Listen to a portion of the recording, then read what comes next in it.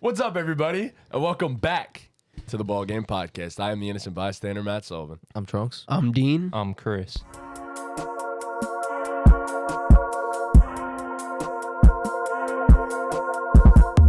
Sure, yeah. Oh. See, I remembered today. No, I get definitely confused. remembered I did today. too, but I just wanted to. I look around, I'm like, Anyways. wait, what are we doing? Yeah. I made it so they don't hear us when the intro. Oh, man. Really? Okay, wow. Man, So that you kinda- just- you just did that for nothing. I mean, it don't really matter. You just did that for nothing. They don't know Just what I did. wasted breath. They don't know what I did. Wow.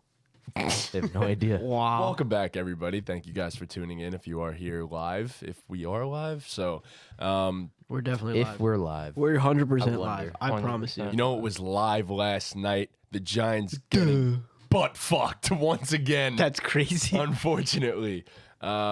So yeah, the Giants last night lost by a score of 30-12, or at least that's what it was when I turned it off, when Tyrod Taylor was in at quarterback. So I don't know if they scored afterwards. I really don't, because I stopped watching. They did not. You know what's really cool? You can look up the score right after. I know, that's what I'm doing right now. Wow. As we speak. But yeah, the final score 30-12. It was close at points. It was. The score does not say that, but I promise you, there was a point in the game where the Giants had chances to tie or take leads, namely the beginning of the game. But That's usually how that goes. It does start off tied. The game does start tied. no, that's why I'm saying that. Okay. So I feel yeah, like this game was just exactly what we expected it to be. I'm not gonna lie. I agree. As There's I really said- not much of analysis to We- go into this game. We haven't seen enough of the Giants for me to had confidently said that they would beat the Niners. No, we've seen enough of them. Just to say We- that to they're say that they would ass. confidently lose. That's Yeah. right. Exactly. In the opposite direction. They were not good against the Cardinals as much as they had a solid second half and came back against the worst team and quarterback in the league. They looked terrible against the Cowboys. And last night, they continued more of the same. The offensive line is clearly terrible. It doesn't even matter how good Daniel Jones plays because he can't even throw the ball. And of course, obviously, Saquon was out. No running game. There's just you have nothing on offense.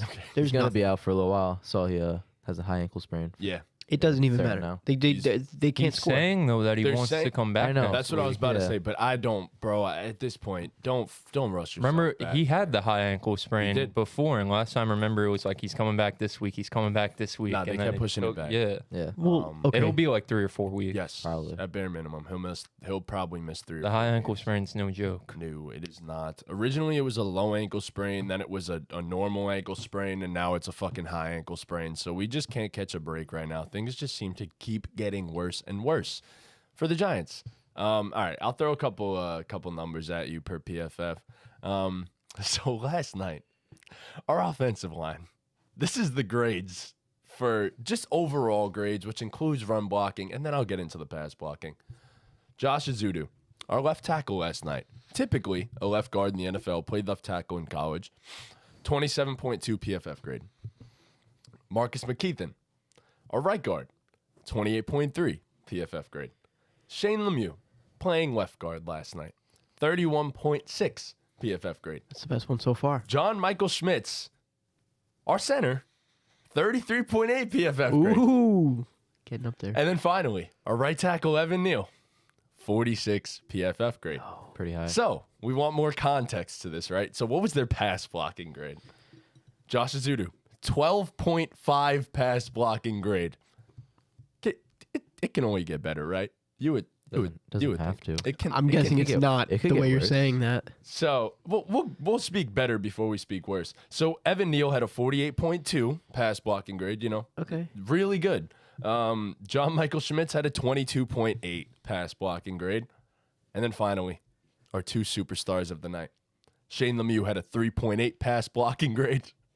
And Marcus McKeithen had a 3.9 pass blocking grade. I knew it could get worse. So, I'm sorry, Danny, that you have to deal with this on a night-to-night basis. I just... It's only once a week. On a weekly basis, that you have to just I don't get feel that bad. absolutely killed by every defensive line that you play. It's not fair to you. And And I wonder if they kill him at practice too. No, because we don't have a pass rush either. So like, no, probably not. Can't.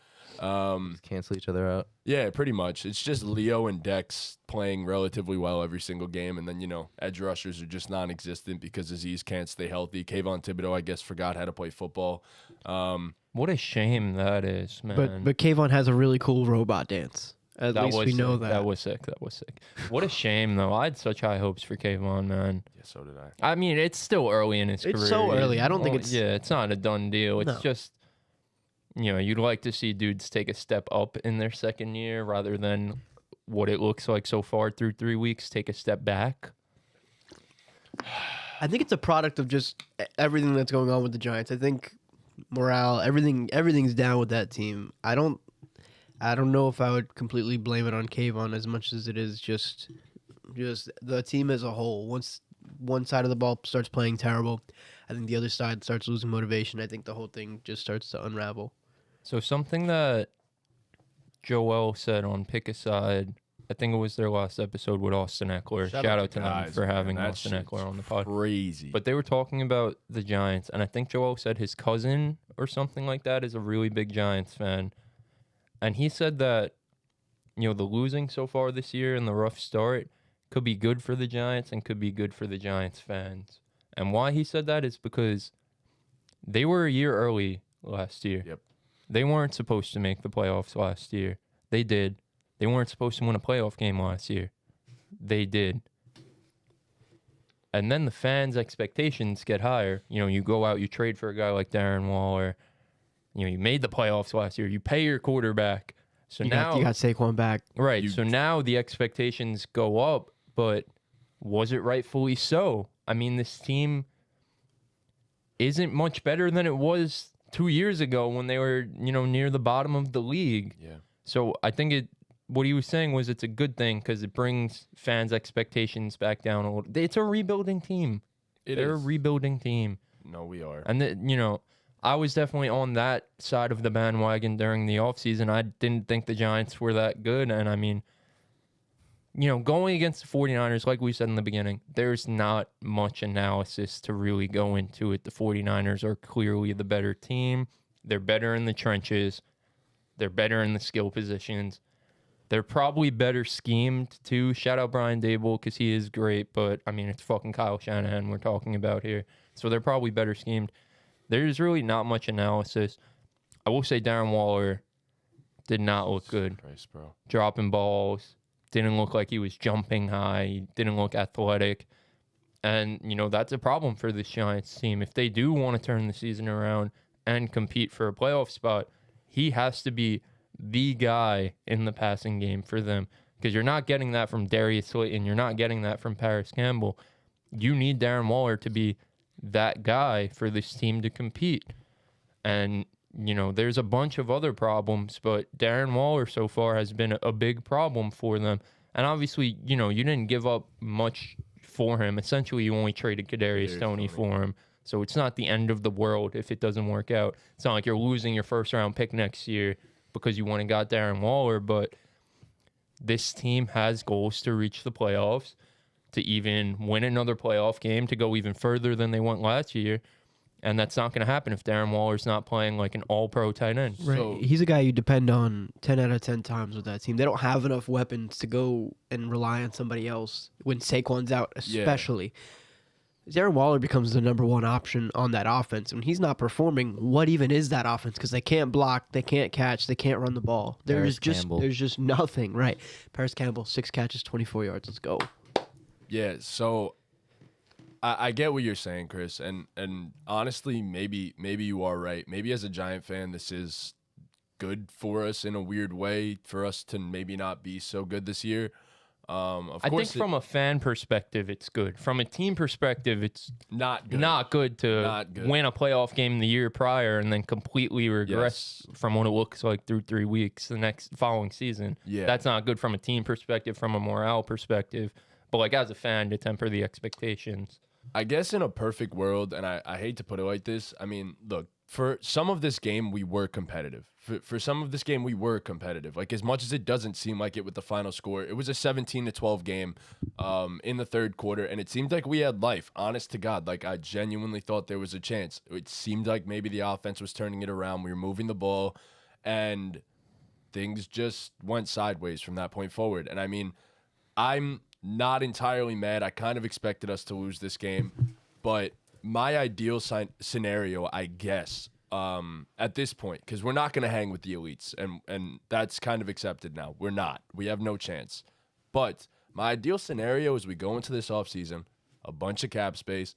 We know what our holes are going to be. Young players that should be improving. Maybe you end up with a top pick, or maybe you could trade up a little bit and get a certain guy that seems to be a generational talent at the receiver position. If that happened, I would be over the moon, and Marvin Harrison in a Giants jersey would just be the most perfect thing ever. But it doesn't seem like that's going to be the case. It probably won't be. We won't be bad enough to be top 5-ish. It feels like they should be drafting an offensive lineman, if we're being completely honest. But I think you What's go the dude into from the Penn offseason. State?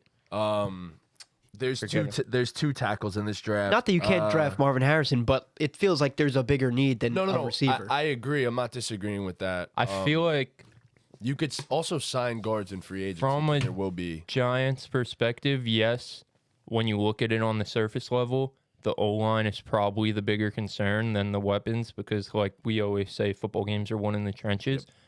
But I think from their perspective, I mean, we still have a while to go until the draft. You know, draft boards are going to change. You know, position in the draft is going to change, all that stuff. I shouldn't even be talking about But if I'm the Giants GM and my choices are draft Marvin Harrison or draft a tackle, I'm probably going to draft Marvin Harrison because of the fact of, on one side, I have arguably the best tackle in the game. And on the other side, I know he's struggling. I know last podcast I said he was a bust, but a guy I drafted top 10 2 years ago, I don't know if I'm ready to give up on that yet and spend my draft capital on another guy when I could address another position of need, whether it's receiver, whether it's something else. Bingo. I could not agree more. I think Chris is on the money there. And if anything, you also could move Evan Neal inside. You have to try anything you can before you get rid of him, move off of him, before his contract's up. You have to try everything you possibly can to make him succeed because you drafted him so high. So, and worst offensive case, linemen take time, bro. Also, like, very they true. take time. It's not always. Evan Neal has been terrible. Like it can't be stated enough how awful this man has been thus far. The evolution of NFL defensive line is growing so fast that offensive linemen cannot catch up in terms of development. I think yes. First of all, the fact that these dudes are becoming as athletic as they are at 260, 270 pounds. Like, Micah Parsons is right now the anomaly, but we're going to start to see more and more guys that are running mid 4.4s at 6'5", 260. Like, it's not normal. It's not what a human being should be able to do, but they are. I mean, forget about Micah Parsons. You see a guy like Hassan Reddick, who for the beginning part of his career, they were using him as a hybrid guy. They were using him in coverage at times. Yep. Then he goes to the Eagles, and they use him pretty much primarily as a rusher to show off that speed. And how many sacks did he have last year? A good amount. It started with the Panthers. The Panthers were the first ones to take him and be like, all right, we need to start using you more as an edge rusher. And then the Eagles took it and reached a new level. I mean, it's crazy, too, because Hassan Reddick was one of those guys who I would use as my user middle linebacker in Madden. And now he's one of the best edge rushers in the game. So, yeah, that's definitely the way football is going. And also, just one more point about the offensive line. I think offensive line, yes, you need to be good as an individual, but a lot of it is just the unit as a whole clicking that year. It's a lot of schematic things and guys being on the same page, hitting the right blocking assignments. There's real chemistry that's necessary there. Real chemistry. As the Giants improve the O-line as a whole, improve that interior, especially the guard positions, Evan Neal could get better. Even if he doesn't like really improve as an individual, just the unit as a whole improving could obviously pay huge dividends for him. So yeah, that's kind of the biggest thing for us. Another thing that goes into the offensive line, as you just stated, it's continuity. Like these guys, it's in and out guys right now. Like we don't have a set offensive line that's going to build chemistry together, learn each other's tendencies, and communicate the best. Where, for example, the Giants get killed especially on defensive line stunts. We don't know how to figure that out. We can't protect. So and that's all a communication thing. Exactly. So the Giants need to figure it out. They need to have their long-term starters entrenched. We can't keep moving things around. Unfortunately, we just can't. So maybe it's not this season. Maybe it's next. I hope we figure it out. We'll go into the offseason with a bunch of cap space, and I'm sure we'll somehow have figured out the key pieces that we want to keep. Hopefully the young guys just continue to develop a little bit. I'm not saying it's a year that we're going to throw away, but I know we're not going to be able to compete with the best teams in the league, and I'm accepting that. It's also really tough when you look at the rest of their division. Dallas is so good. Philadelphia is so good. And then Washington's also a good football team, and they're only getting better. All three of those teams are pretty young. They're all getting better. Talking to your fucking mic, please. Sorry, my volume is pretty high. So, no, all those teams are young and getting better, and all better than the Giants at this very moment. Yeah, I'm with you on that. So, as much as the Giants are going to improve, so is everyone else. Yeah, for sure. Yeah. But it's how much can you improve in an offseason, and we have the means to do it. Yeah. That's the thing. So it's just rough because when you have a year like they had last year, and then you go out and pay the quarterback the big money, it's tough to see regression. But also how, like me, I'm a guy who expected it. I know that, like, I'm not the only guy. I didn't start the fan club of thinking the Giants would regress this year. But there were a lot of people, you included, there were a lot of people who thought the Giants had, a real shot this year. And the roster's just not good enough. And that's okay. Like, that's okay because they're young as hell. Like, there's still so much room to grow. And, my last point I want to make before we move on to the 49ers side of things is as much as we want to criticize them for being dog shit, you have to give Daniel Jones somewhat of a pass because of what he's dealing with. I'm the leader of that club. And I think you have to give the offense Trust me, I'm the leader of that fucking club. And I think I'm the leader. And I think you have to give the offense as a whole a pass because of all the injuries to the O-line. Saquon going down. I mean, what they run the ball 11 times in this game? They didn't establish a run game at all. Much. And another thing we've said on this podcast a million times is, I know it's a passing league, but if you can't establish any type of run game, you're never going to win football games. Yep. Never going to win football games like that. With a banged up O-line and Matt Breida and Gary Brightwell as your running backs, you're never going to win a football game. Dude's name is Gary No matter Brightwell. who you play. Even if it's not the God Almighty 49ers, no matter who you play, you run the ball 11 times for I don't know how many yards per carry. I didn't even think Breida looked all that bad, to be honest. It's still 30-year-old Matt Breida. But he's 28. His under 44.5 all-purpose yards on Thrive Fantasy was a lock. His touchdown was a good run. Yeah. It was a good run. Like I'm saying, Breida really sick. No, but to be fair, Breida didn't look all that bad. He only had 4 opportunities. That was the issue. We didn't even try to establish the run at multiple points in this game. Yeah, so. And when it was too late, it was too late. They had to throw the ball. And then Daniel Jones didn't have any time to throw the ball. So it just became a whole train wreck for the Giants. It's rough, man. It is what it is. What do we think about the 49ers? From this game. I mean, I don't think any of my thoughts changed on the 49ers. Even with Brandon Ayuk out, they still showed out. Brock Purdy's still getting his stuff done. Like, all he has to do in Kyle Shanahan's offense is just hit his open guys, and that's it. The guys will be open. They have the talent to be open. Debo and Kittle looked special. That's what I was about to say. Those boys look. Debo. I mean, we forget who Debo is, but we do. Oh man, he's a really running back that's a top 15 receiver in the NFL. Impossible to go down. Same thing with Kittle. I mean, these guys are even McCaff. Like McCaff, gets the praise as a receiving back and how elusive he is. McCaffrey is a fucking bitch to tackle. He'll put your ass in the ground, bro. I think I saw McCaff's had a touchdown in the past 12 games. Yeah, 12 or 13 games. 13 straight games. He's tied with, I think it was Jerry Rice for most consecutive touchdowns as a 49er. And Brock Purdy hasn't lost a start in the regular season. Yeah, I mean, we could talk about, before we go to Brock Purdy, I will say, you talked about all the Giants offensive line PFF grades. 49ers pass rushers, PFF grades versus the Giants.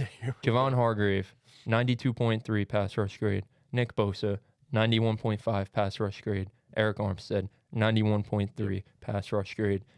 And it is 81.8. like, it is insane. I don't know if you guys like really use PFF like that, but to have 3 pass rushers with over a 90 pass rushing grade in the same game is actually like absurd, Unheard of. not fair. You'll never lose a game like that. Yeah. Like, it is actually insane. So shout out the Niners defense. Let's talk about Brock Purdy, because I think me and you were on the same page about this. In this particular game, I think in last week's game versus the Rams too, he's looked mid at best. At best. Mid at best. In the Rams game, overthrew a bunch of touchdowns. Yep. And we know about the overthrows in this 49ers offense. We watched it cost them a Super Bowl when Jimmy G overthrew. Emmanuel Sanders. Oh, my God. And then in this game against the Giants, I mean, in the first half, what did he have? 3 turnover-worthy plays? 3 plays that should have been picks? Yes. So One of them got lucky and bounced into Ronnie Bell's hands. right. That I mean, one was so bad that George Kittle did the no-fly zone celebration after Yes. he broke it up. Yes, he One did. was that bad. He deflected the pass down.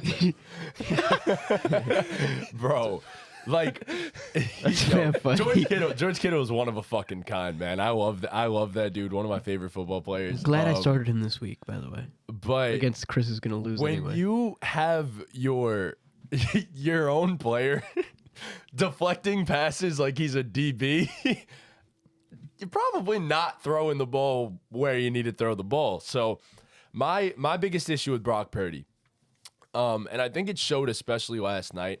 I don't know if it's the injury. Last season, he seemed like he had a slightly stronger arm than he did this year, and I'm sure he's just kind of getting back into it as well. Part of it is that, bro, he has no arm talent, like, at all. Well, that's why he was the last pick in the draft. And that's fair, and I understand that. And look, Brock Purdy does everything that Kyle Shanahan needs from a quarterback, pre-snap, post-snap. He typically will make the right decision. But my biggest issue with this Niners team, which is why I will bet against them entirely come playoff time, he will not be able to win a game for you if you stop this run game and tackle guys before they could break 85 tackles and run for 80 yards after the catch with Deebo Samuel. But my answer to you is we haven't seen him lose yet. Right. That's Yeah. what I was going to So say. how, He's how lost could you one even game. say that? My fair. thing is, I kind of agree with you, but I don't. I wouldn't go out and say he can't do it. My thing is, I'm not going to say this team could win the Super Bowl until I see it. Yes. Let me see the 49ers go down 13 in the first half and Brock Purdy will win Brings the them back, victory. yep. You know what I'm saying? Right. Yeah. Because I agree with you. I've said it multiple times. You win Super Bowls with elite quarterback play. If your quarterback isn't playing at a top 5 level for that playoff run, you're not going to win the Super He Bowl. doesn't even need to be. That's the thing. I'm not requiring him to be top 5 for this team. I think if you have a guy that's top 12, the 12th best quarterback in the NFL with this roster, I think is more than capable of winning the Super Bowl. I don't agree. That's my thing. I think the only one that I've seen in my lifetime for the playoff run not look like a top 5 quarterback is Peyton when the Broncos won, and that defense was, that was historical. atrocious. That Jesus. defense was so historical. But other than that, I mean, But that was C.J. Anderson going nuclear right. too. So. But other than that, I mean, you talk about all these guys. There's the Mahomes. There's the Bradys. There's Nick Foles, who he played like the right best quarterback in playing the like a top 5 level. You know, there's the Breezes. There's the Mannings. There's Russell Wilson. I was about to say, though, to be fair, during those playoff runs, Russell Wilson, but another example of a defense that's historical and one of the greatest to ever do it. But Russell Wilson wasn't playing like a top 5 quarterback. He protected the ball. I guess, That was what was important.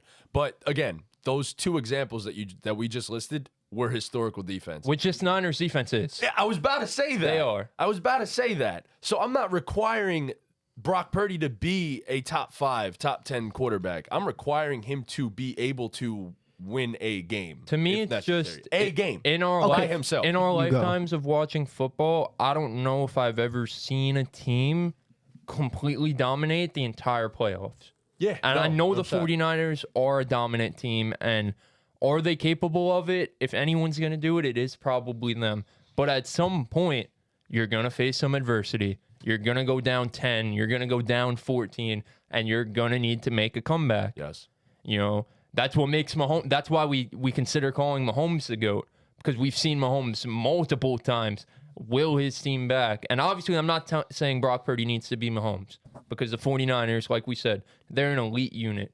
But at some point, and that's the thing with Brock Purdy is he's been great in his role. Like, I'm not taking anything away from him. Bro, he's undefeated as a starter in the regular season. That is as impressive as it gets. Agreed. But you're the quarterback for what we want to call the best team in football, the team that's going to be Super Bowl favorites. You're subject to some criticism. Yes. That's just how it works. Agreed. If you're in the spotlight, if we're calling your team the best team in football, the quarterback is the most important position in football. You're going to be subject to some criticism. Yep. See, I understand that, and of course he should be criticized. He's on a top 2, if not the best team in the league, right? Okay, but he's only played in 12 games in his career. He's basically still a rookie. I think he should be given some grace in that kind of scenario. I don't think he should just be thrown into the fire like he's, supposed to be the seasoned vet and he should be doing this and he should be doing that. He's still learning how to play in the NFL right now. And I understand that. And that's, again, that's not what I'm going against Brock Purdy for. I'm going against Brock Purdy. He's brilliant. Like, he's so incredibly intelligent to be able to run the offense like he does. Brilliant quarterback. Absolutely, I take nothing away from what he is capable of pre-snap, post-snap, the reads that he makes. I have nothing against that. What I am saying is there's a cap on Brock Purdy, the player. That is my issue. The player Brock Purdy is capped to a certain degree because I see game in and game out that there is a lack of arm talent there. And that I get it. I understand that intelligence can get you so far, especially at the quarterback position. It could go far. Trust me, I understand that. But every quarterback that we've seen win has had some sort of arm talent, which I draw away from Brock Purdy on that one. So, but you look at okay, I'll take the lesser arm talent for more intelligence because you look at the other end of the spectrum. His backup quarterback, Sam Darnold, who has all the arm talent that's what I was about and to zero say. intelligence. Okay, so that's what I was about to say because, and I get that. I don't mean to say it like that, Sam. No, but I completely like that. understand what you're getting at, and this was my argument. This was the argument on Twitter that we were talking about pre-podcast. So my argument with Mick, it was, I think, which all respect to him, it was no disrespect in the argument. Said he had zero intelligence. She could get that's crazy. She could get heated Sam. on Twitter, but. I said that I understand how low the floor is with Sam Darnold, and I get that. But every quarterback that stepped into Kyle Shanahan's system has found some level of success. We're talking Nick Mullins. We're talking C.J. Beathard at different points. These are names that Trunks is probably like, who the fuck even are those guys? The ceiling is No way idea. higher with Sam Darnold. I agree. That's where I'm at. agree with that. No. I definitely don't disagree with that. You but can win a Super Bowl if you figure it out with Sam Darnold. But how do you But I put Sam think- Darnold into the game when That's what Brock I'm saying. Purdy's That, winning? I agree. That's what I'm saying. That's the issue. the That point. is my And issue, also, yes. I think the 49ers are such in a unique situation to where their team built around the quarterback is so good that I just need my floor to be elevated. I can't have Sam Darnold losing me games when my team is that good. I can't have Sam Darnold throwing 3-4 picks when my freaking defensive line, 3 of them have over 90 PFF grades. Not that matters in terms of the NFL, but they're playing that good. But who's to say? And look, I agree. That's my point. But who's That's- saying? I don't want to find out. That's the point against me. Yes, that's the point against me. I completely understand that. How do you put him in? It's not possible right now because all Purdy does is win. And in the end, the most important quarterback stat is what's your win-loss record. So nobody else cares about anything else. And I understand that, and I completely get that. But I think while, yes, the floor is so low with Sam Darnold, I think in this offense specifically, with how good Kyle Shanahan is at figuring things out, I think the ceiling lies with Sam Darnold. And I think if you figure it out, they're a Super Bowl team if he's everything he could be. So that changes life for the Niners. But we've been talking about Sam Darnold for how many years? He's had stretches of good football. Dude, what are we talking about? He has. With He has. his first 3 games with the Panthers, maybe a couple throws with the Jets. Like, I don't want to hear about Sam Darnold being the 49ers savior when Brock Purdy hasn't lost a game yet. That's not the argument I want to hear. That's fair. That's not like, if you were talking about Trey Lance, giving him a chance, I think that's a completely different conversation too. He's worse. Is he, bro? We haven't even seen him. I don't know. I think it's just That preseason was ugly. We've seen what Sam Darnold is. We know what Sam That Darnold is. preseason was We real know fucking ugly. exactly what Sam Darnold is. We I do. don't know, man. I think it's pretty simple. We praise Brock Purdy for, doing what he's done. Like we said, it's impressive to not lose your first 12 regular season starts. And I think having doubts about this team doing the whole thing, winning the big one, is reasonable. Yes. But until we see that scenario where Brock Purdy isn't enough, then You can't do nothing. we can't do nothing as fans. The Niners can't do nothing as an organization. We just gotta wait because it's gonna come. Yes. You know what I mean? At some point, they're gonna face some type of adversity. Right. You can't blow everyone out. Right. We have Dallas coming in a couple weeks. So that is the test. That is the real test. So what do you do against Dallas? How do you look against Dallas? That's the real measuring stick for this 49ers team. And until then, Brock Purdy is by all means the man. And I respect that. And I understand that. So there you go. And that's the Giants Niners. Wow. Damn. 164 for Section 134 Jets Patriots this Sunday. Oh man, I already have tickets, but they weren't this good. Damn. I'm in like That is the lower I'm in like 340 for the same price. That's not bad. That is actually pretty crazy. I'm not going to lie. But Sorry. all right. Anyways, it's time for a segment that we like to call. This is ball game bets. You stole my spotlight last time. I did. I didn't Steal your appreciate that spotlight at all. last week, Actually, but I'm still this upset. week I'm not stealing your spotlight. So we switched over. I guess we'll just acknowledge it. We have 2 picks now. We weren't doing so hot, so we definitely want to make it more interesting for everybody. And I think this will work out better. Basically, we suck. Basically, Also, before we do that, by the way, go download Thrive Fantasy if you haven't already.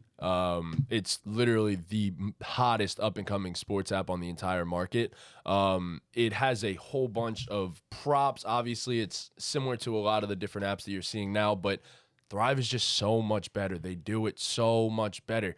And look, the outlook of what is this? The interface? they've recently updated their interface, and I love it. I'm gonna be honest with you. When we first started using it, gorgeous. I didn't really love it before, but they updated it pretty recently, and now it's so aesthetically pleasing. It's better than Sleeper and whatever else we used to use. Bro, that's the biggest thing. Like, when they did start this app, obviously it was new. It was brand new, and you Right. can't expect everything to be great off rip. But Thrive has upgraded it. It's many so different easy to ways. use. Everything's so accessible. You could see all the games. You could see all your picks. So easy. And the No, best I part liked is using it. when you sign up, they set you up to win. Yes. Off the rip.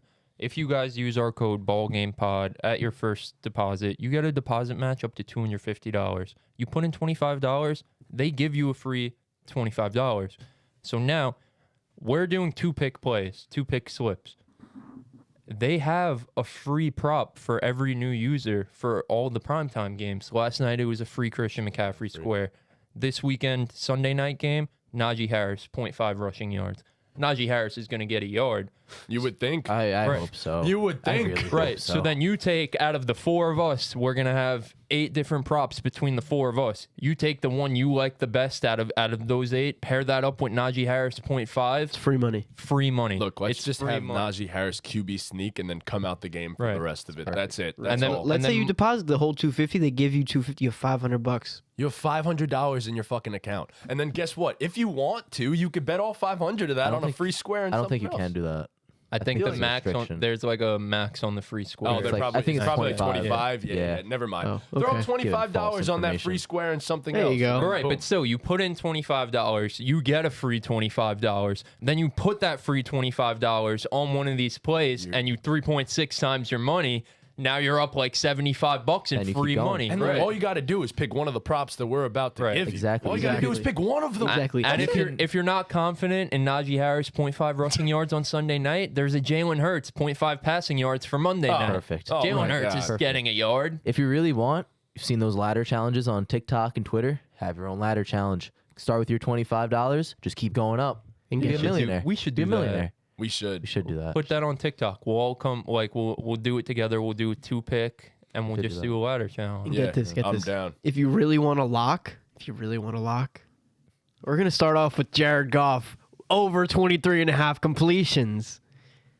I also have Kyle Pitts for under 34.5 receiving yards. That's a ballsy one. I'm not going to lie. Crazy. Granted, he hasn't been doing it, but that's a ballsy yeah. one. I have no faith in Kyle. So why did you? He why'd you bet the pick him? under. Oh, you picked the under. He bet the Under under, 34 bro. and a half. Oh, when you sent that before, I thought you picked That's the over, still and I was ballsy. like, All wow. it takes is one catch, bro. All it takes is one catch. He hasn't done it. He hasn't done it. No, you know he's gonna do it though. This week he's gonna One do time I did. 100%. He's No, gonna do it. I see. I also see with Montgomery out. I think Jared Goff's going to throw the ball a little bit more than before. So I think 24 completions should be more than achievable for the Lions. All right. Well, you want some real locks? Look at this. We got Bijan Robinson over 67.5 rushing yards and Brees Hall over 44.5 rushing yards. It's too easy. Come on. Come on. Come on. Come on. All right. I have Mark Andrews over 4.5 receptions, and I have George Pickens over 51.5 rushing and receiving yards. And then the lock of all locks, Mike Williams over 61.5 receiving yards, and Zay Flowers over 48.5 receiving yards. Solid. There we Simple. go. There we go. Okay. So we also have our new thing. We have a brand new segment. We didn't really think of a name. We did don't have a name for it, which is okay, because what are you thinking, Chunks? Go for it. like ball game lineups or ball game squads. I don't know. I don't Ball hate squads. Ball squads. I like that. I like that. Ball squads. Ball squads. All right. Squad balls. No, we need to work on We that. do need to work on the name for sure. But okay, so every week for the NFL season from here on out, we're going to be coming up with a DFS lineup. Obviously, DFS lineups have been gaining a whole bunch of popularity recently. It's a weekly fantasy lineup. You have a salary cap of, I believe, 60,000. We're using FanDuel's DFS numbers and stuff like that. FanDuel, come sponsor us, by the way. This is not a sponsored thing yet. So, anyways, We'll just keep track amongst us. yeah, we're going to keep the fantasy Yeah, points. whoever has the most points that week gets the points. By the way, it does have PPR in this. So when we keep the points, we're going to be keeping in half PPR. That's how DFS works. So, all right, guys. Who wants to start us off? I'll get it started. I'll go last. Say the price, too, by the Yeah. way, guys. So my quarterback, I have Kirk Cousins, 7,800, playing against the Chargers. Chargers can't stop a pass. It's simple. My running backs, I have Josh Kelly at 6,100, going against Minnesota. I expect Josh Kelly, if Eckler's out, to have a bounce back game. I know he was rough last week, but I expect him to bounce back. My second running back, Mr. Brian Robinson Jr. at 7,500. Many men wish death upon me. My receivers, I have Justin Jefferson at 9,700. Had to get that stack with Kirk Cousins going against the worst passing defense in the NFL. I needed it. My second receiver, he might be one of the surprises of the NFL season so far, but I'm not surprised because I knew this guy was like that. Mr. Nico Collins at 6,900 against the Nice. Jaguars. My third receiver, I have Jahan Dotson, 5,800. Jahan Dotson's been rough so far, but hopefully he bounces back. My tight end, I have Dalton Kincaid at 5,000. I'm pretty sure Dawson Knox got ruled out for this game, if I'm not mistaken. I know he's been dealing with an injury. Maybe he hasn't gotten ruled out yet, but it's looking like Dawson Knox isn't going to play. Maybe this is the Dalton Kincaid breakout game. Did not participate in practice. Right. So, My flex, I have Zay Flowers for 6,300 against Indy. Their secondary sucks. And then my defense, I have the Chiefs against Chicago for 4,800. The Bears stink. Solid. you want to go? Sure. Go for it. For my quarterback, I have Justin Herbert at 8,400. My first running back is Kenneth Walker at 7,600. My second running back is Brees Hall at 6,400. My wide receiver 1 is Keenan Allen, 8,800. Wide receiver 2, Nico Collins, 6,900. We know ball. Wide receiver 3 is Michael Thomas at 5,800. My tight end is David Njoku, 5,400. My flex is Javonte Williams at 6,100. And my defense is the Ravens versus the Colts at 4,500. Okay. Dean, who you got, buddy? All right. So I have Justin Herbert for 8,400. I have Damian Pierce for 5,800. Isaiah Pacheco for 5,700. I have Justin Jefferson for 9,700. Kadarius Toney for 55. Brandon Cooks for 6,000. Evan Engram for 5,900. Travis Kelce for 8,000. And then the Chiefs defense for 4,800. Okay. All right. So I have Deshaun Watson against Tennessee for 7,500. They're going to get the run stuffed as per usual. That's what Tennessee does. I think Deshaun Watson has a big game against the bad secondary. I have Travis Etienne against Houston for 8,000. Houston always gives up a whole bunch of rushing yards. I think it's a big game for Etienne. Raheem Mostert against Denver for 6,600. Justin Jefferson against the Chargers, of course, for 9,700. Feel like that's just the lock. Everyone needs that. I have the Amari Cooper, Deshaun Watson stack. Even though Amari currently is having injury, he's having injury issues. He practiced today in limited capacity, or practiced yesterday in limited capacity for 6,200. You need the stack, especially in a DFS lineup. My third wide receiver is Zay Flowers for 6,300 against the Colts, especially if Odell's going to be missing this game, which seems likely. Hunter Henry is my tight end for 5,700. Jets got to give up something. Josh Kelly is my flex against the Vikings, 6,100. And finally, I picked the New York Jets defense against the New England Patriots for 3,900. Nice. So there we go. Whew. All right. On to the next one. Here we go. Let's get into these pick'ems. Chris, do you... Oh, wait. We'll do that after. Yeah, All right. let's just All right. fly through these pick'ems. So here we go. We'll start off with the first game of the week. Here we go. The first game being the Tennessee Titans visiting the Cleveland Browns. The Browns are currently 3.5-point favorites. Who we got? The first game without Nick Chubb. Yeah. I'm going to rock with the Titans here. I think the Titans are such a good team against the run. I think Deshaun Watson has showed he struggled to pass. I think it's going to be a rough day for the Browns. I know the Browns defense is elite, but I think Derrick Henry is going to have a big day. I completely agree. I got the Titans. I think they're going to continue with what they did last week with a big win, get another one this week. What you got? I just think there's no way Cleveland doesn't shape up. I feel like Deshaun Watson's got to play better. He's got to play better. And I know Nick Chubb's out. I like the way Ford looked. I don't expect Kareem Hunt to play much if he even plays at all. I'm still taking Cleveland. Here's a crazy stat, by the way, guys. The Titans have not given up a 60-plus yard rusher since week, I think it was 3 of last season. That's crazy. Which is crazy. But their secondary sucks. Consistently has given up hemorrhaged yards to the fucking passing game of whatever team they play. If there was ever a game for Deshaun to get it right, this is the opportunity. And I think the Browns' defense is way too damn good for Tennessee to score many points. I'm taking the Browns on this one. Okay, next up, we have the Minnesota Vikings at home against the Los Angeles Chargers. It's pretty much a pick'em game. The Vikings are currently 1.5-point favorites.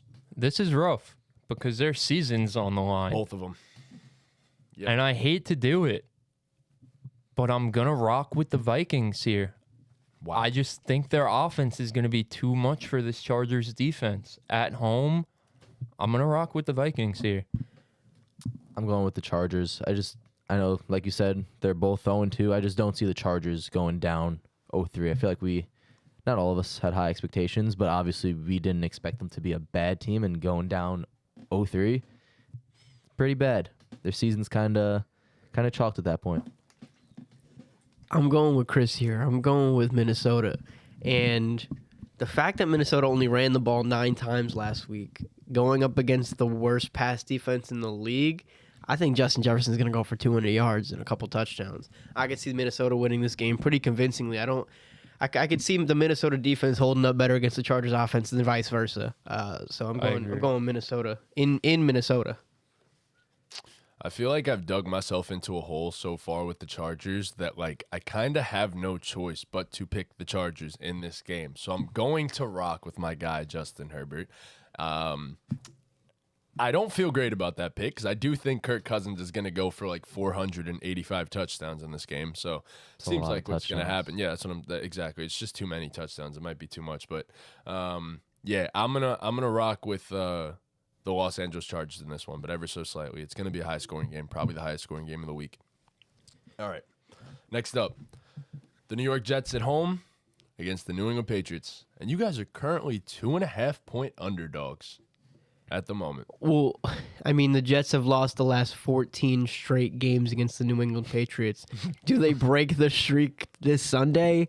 I'd like to think so. I'm going Jets because I'm a Jet fan. And no, genuinely, I think being at MetLife makes a big difference. Finally playing a 1 o'clock game where the Jets are used to playing.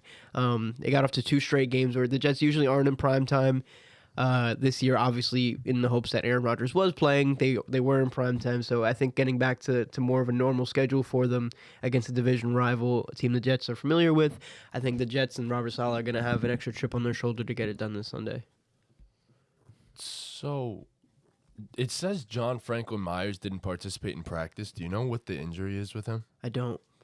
Or if he's injured at all, or if he just got a rest day? I have no idea what. I'm not sure. It just said I'm not did too concerned. I think the Jets have enough D-line depth that it'll be okay. I know John Franklin Myers is a huge piece of that, leader. but I think a bigger concern for the Jets is how the secondary played against the Cowboys last week and how they let CeeDee Lamb get 11 catches. Yeah, I don't think you got an issue with that, brother, man. They're playing against Devontae Parker. No, I understand that, but it's still concerning to see a guy like Sauce Gardner and DJ Reed both collapse in the way they did. Michael Carter not playing his best game on defense. I'd still look for them to hopefully have a bit bigger game than that. I'm going to go with the Jets.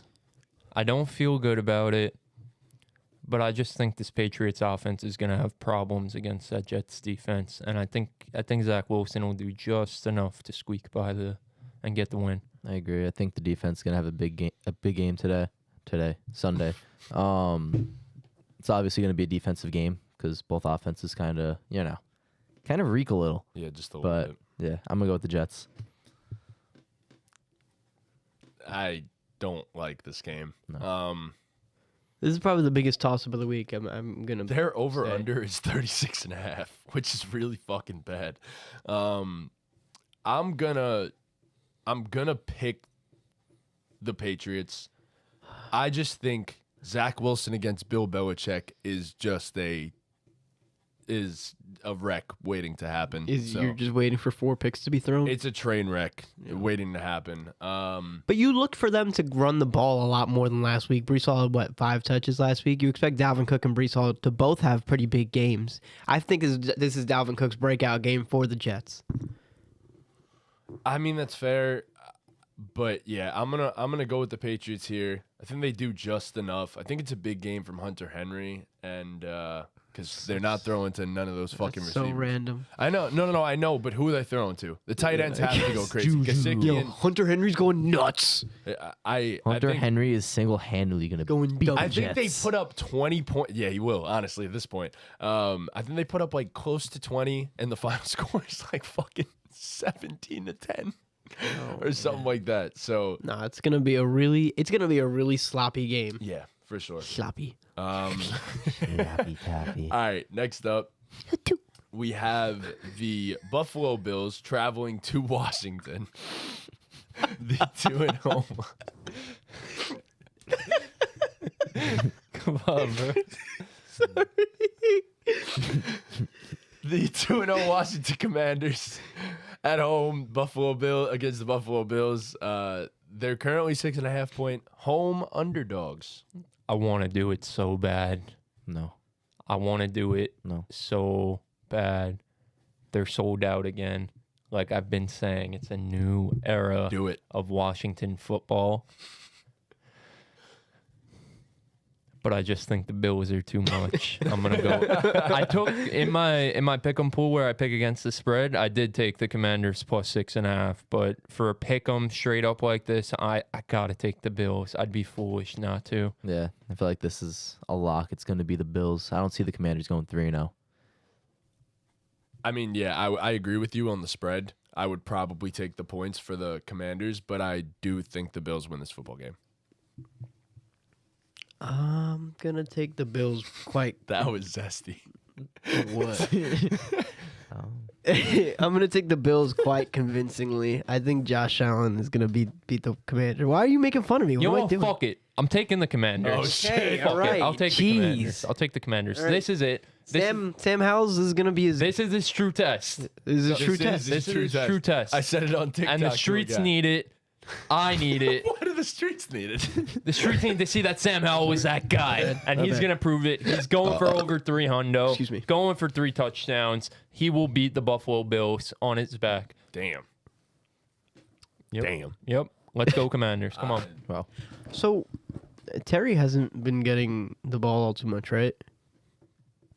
That's just a question. I like it's They've spread been out. they've been spreading it out. They've been getting the tight ends involved a lot. All 3 of them: Logan All Thomas, 3 of Cole them. All right, Turner. well, and, breaking news. Literally, right now, Logan Thomas is out. Yeah. That's crazy. that Sorry. we're you talking gotta about it say right that now. Damian Lillard. Damian Lillard. Yeah, I was really hoping for Damian Lillard Nah, right now. it's just Logan Thomas. Yeah, Logan Thomas is out for the game. He didn't participate. Okay, all right. That's kind of crazy. Out But of all the time that he could have been talking rolled about out, literally the it's tight the 2 ends. minutes that we're talking about the Commanders. It was Yeah, the 10 seconds we were talking about the tight ends. But Yeah. Cole Turner's been good. Mr. Bates has been good. Eric Bieniemy has been scheming shit up. I sent it in the chat, actually. I don't know if you guys checked it out. There's this guy on YouTube, the quarterback school. JT O'Sullivan is the guy who runs it. He just breaks down quarterback film. And he broke down both Sam Howell games, week 1 and week 2, and just some of the play calls that Mr. Bieniemy was throwing out there was very, very Kansas City like. He was, getting the guys open in space, really scheming them up. So he's worked wonders for this team. You know what's really crazy? Those quarterback breakdowns for Sam Howell, CJ Stroud, Tua, Brock Purdy, everyone else, about 20 to 25 minutes. Guess how long Justin Fields' week 2 analysis was? Oh my I god. saw that. An hour and 30 minutes. My god. It was wild. When you sent that, I was like, does he do hour-long breakdowns for all of them? I click on it, it's like 25 minutes, 27 minutes, 22 minutes. I'm like, Yeah, he went for an hour 30, bro. And I watched that whole thing. I bet you did. oh my god. I Nah, watched the shout first. out to that guy because he's fucking killing it. Yeah, those breakdowns are incredibly impressive. Trevor Everett. Hey, it's Sam Howell's biggest fan. That's what he says. He is he has been stamped as the Sam Howell. Where is your Sam Howell jersey? It's in the bag. Wow, we should have hung him up. We should have. Aaron's been here for way too long. Aaron played 4 snaps Aaron this might season. need to stay up. I there. think he does need to stay up. Why? there. because Show respect. we have to show respect for him. It kind of just makes me sad. No, Well, we gotta leave him up there. That's bro. unfortunate, Dean. It's our tribute to Aaron Rodgers. Yeah. It's so crazy that We that could, jersey like- even exists. Yeah. All right, what's the next game? Yeah. Next up, we have the Jacksonville Jaguars at home against the Houston Texans. Currently 8.5-point favorites.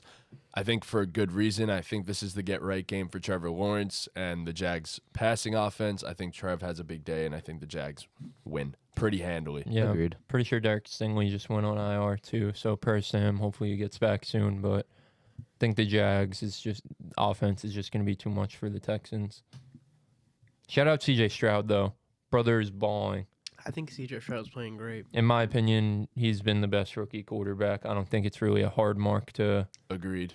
I really liked what I saw at Anthony Richardson before he got his concussion last week. I was about to say it's tough to grade Yeah, Anthony Richardson. I don't know. I because he just only think played a game and like 2 drives, He right? hasn't had a throw through 2 games of more than 20 air yards so far. They're keeping him underneath, which I understand, but And then he That's keeps just- getting hurt. Yeah, I mean CJ Stroud's been ripping that thing though, CJ and ripping it with anticipation too, bro. third most pass Rip it and attempts. rip it. Third most pass attempts through a player's first 2 career games, I think, in NFL history. Or it might have been overall the third most in NFL history through 2 games, which is fucking insane. Yeah, I mean, That it hurt. hasn't. It That hasn't hurt. That really hurt. It hasn't been all great for CJ, obviously, but like, you know, he's a rookie quarterback. So on a rookie quarterback on what looks like a rebuilding team, you just want to see as many flashes as possible. And boy, is he showing flashes. He looks so incredible. He looks so good. Boy, is he showing flashes. All right, bro. Boy, all right, Kid's a little but I'm fairy. taking the Jaguars. We're all taking the Jacks. Yeah. All right, next game. Freaking sprinkle some fairy dust, why don't you? All right, bro. Next up, the Colts travel to Baltimore to face the Ravens. Obviously, if they're traveling to Baltimore, we know who they're facing. The Ravens are currently 8.5-point favorites. There's another Again, game. for good reason. It's a legacy game, formerly the Baltimore Colts. You know, this is a big one for them. Traveling to their home state. I think The that- motherland. I think that the Ravens absolutely dominate this game. Agreed. I think if Anthony Richardson ends up playing, He's not. that's not He's true. not. He got ruled out. He's Him just and like Bryce- just now? Him and Yeah, Bryce got ruled out like He's ruled 20 out. minutes He ago. hasn't even practiced. So I'm taking the Ravens this week. Yeah, it's the Ravens. So you were gonna take the Colts? Oh, Sweezy says it's really Yeah. zesty in here today. Hell yeah. You were gonna It take always the is. Colts to beat the Ravens? Yeah, now I'm forced to start Baker Mayfield because I didn't start Whoa, Brock Purdy. what do you mean last night. forced? What do you mean forced? What? Baker's a baller. Technically, he is forced. I picked up But, like, it's not Yo, bad. please Tannehill. talk into the fucking I picked mic. up Ryan Tannehill in our dynasty league, and I ended up having 6 quarterbacks for a second. That's Hot horrifying. second. That is terrible. Well- this is what we can't allow when we go super I have- flex. I What do have you mean for a 5 right second? now. Who'd you drop? Ryan Tannehill. No. Anthony Richardson went on Picked IR him for up a and then second. dropped him immediately. Richardson. No, So you guys were the only two who made fucking waiver moves this week. Who'd you pick up? Kendrick Bourne and who else? Who was the other No, guy? I dropped Kendrick. No, Bourne. but you picked him up too. Bro, you I picked 2 him people up. up and then dropped them and immediately. you were the only other person who made a waiver Yes, move, and you I picked up Tannehill and I dropped picked him. up Dontavion Wicks. Yeah. and dropped. Well, him. because There were 3 waiver moves in our dynasty league this week, and all 3 of All them three are got dropped no longer immediately. on the roster. bro, I have 5 starting. I have 5 And quarterbacks, it's and not I'm like they were starting dropped Baker. for someone else either. They were just dropped. He picked up Devontae Parker and dropped Kendrick Bourne. Yes. It Yes. sucks. Okay, okay. It sucks. I I still have, have Devontae Parker I have Stafford What? on my taxi squad, but if I take him off, I can't put him back on. Why'd you drop Kendrick Bourne? because I didn't care. Now Volpe He sucks. He sucks. His snaps went down like convincingly, like a lot. So it's pretty clear Devontae's the number one I mean, there. he got 9 targets last so week. David Yeah, I know, Montgomery's still. still not ruled out, and he's still practicing this week. That's pretty interesting. I don't think he's. Speaking of David Montgomery, What? the next game. Oh, Yeah. The Atlanta Falcons travel to Detroit against the Lions. The Lions are currently 3-point favorites. Who do we got? This is tough. Very. It's the Falcons, man. It's the Falcons. That offense is going to run the ball down your esophagus and make you choke on it. Oh, shit. Jesus. That Hell sounds yeah. so hot. Bijan Robinson. Sound effects. Look,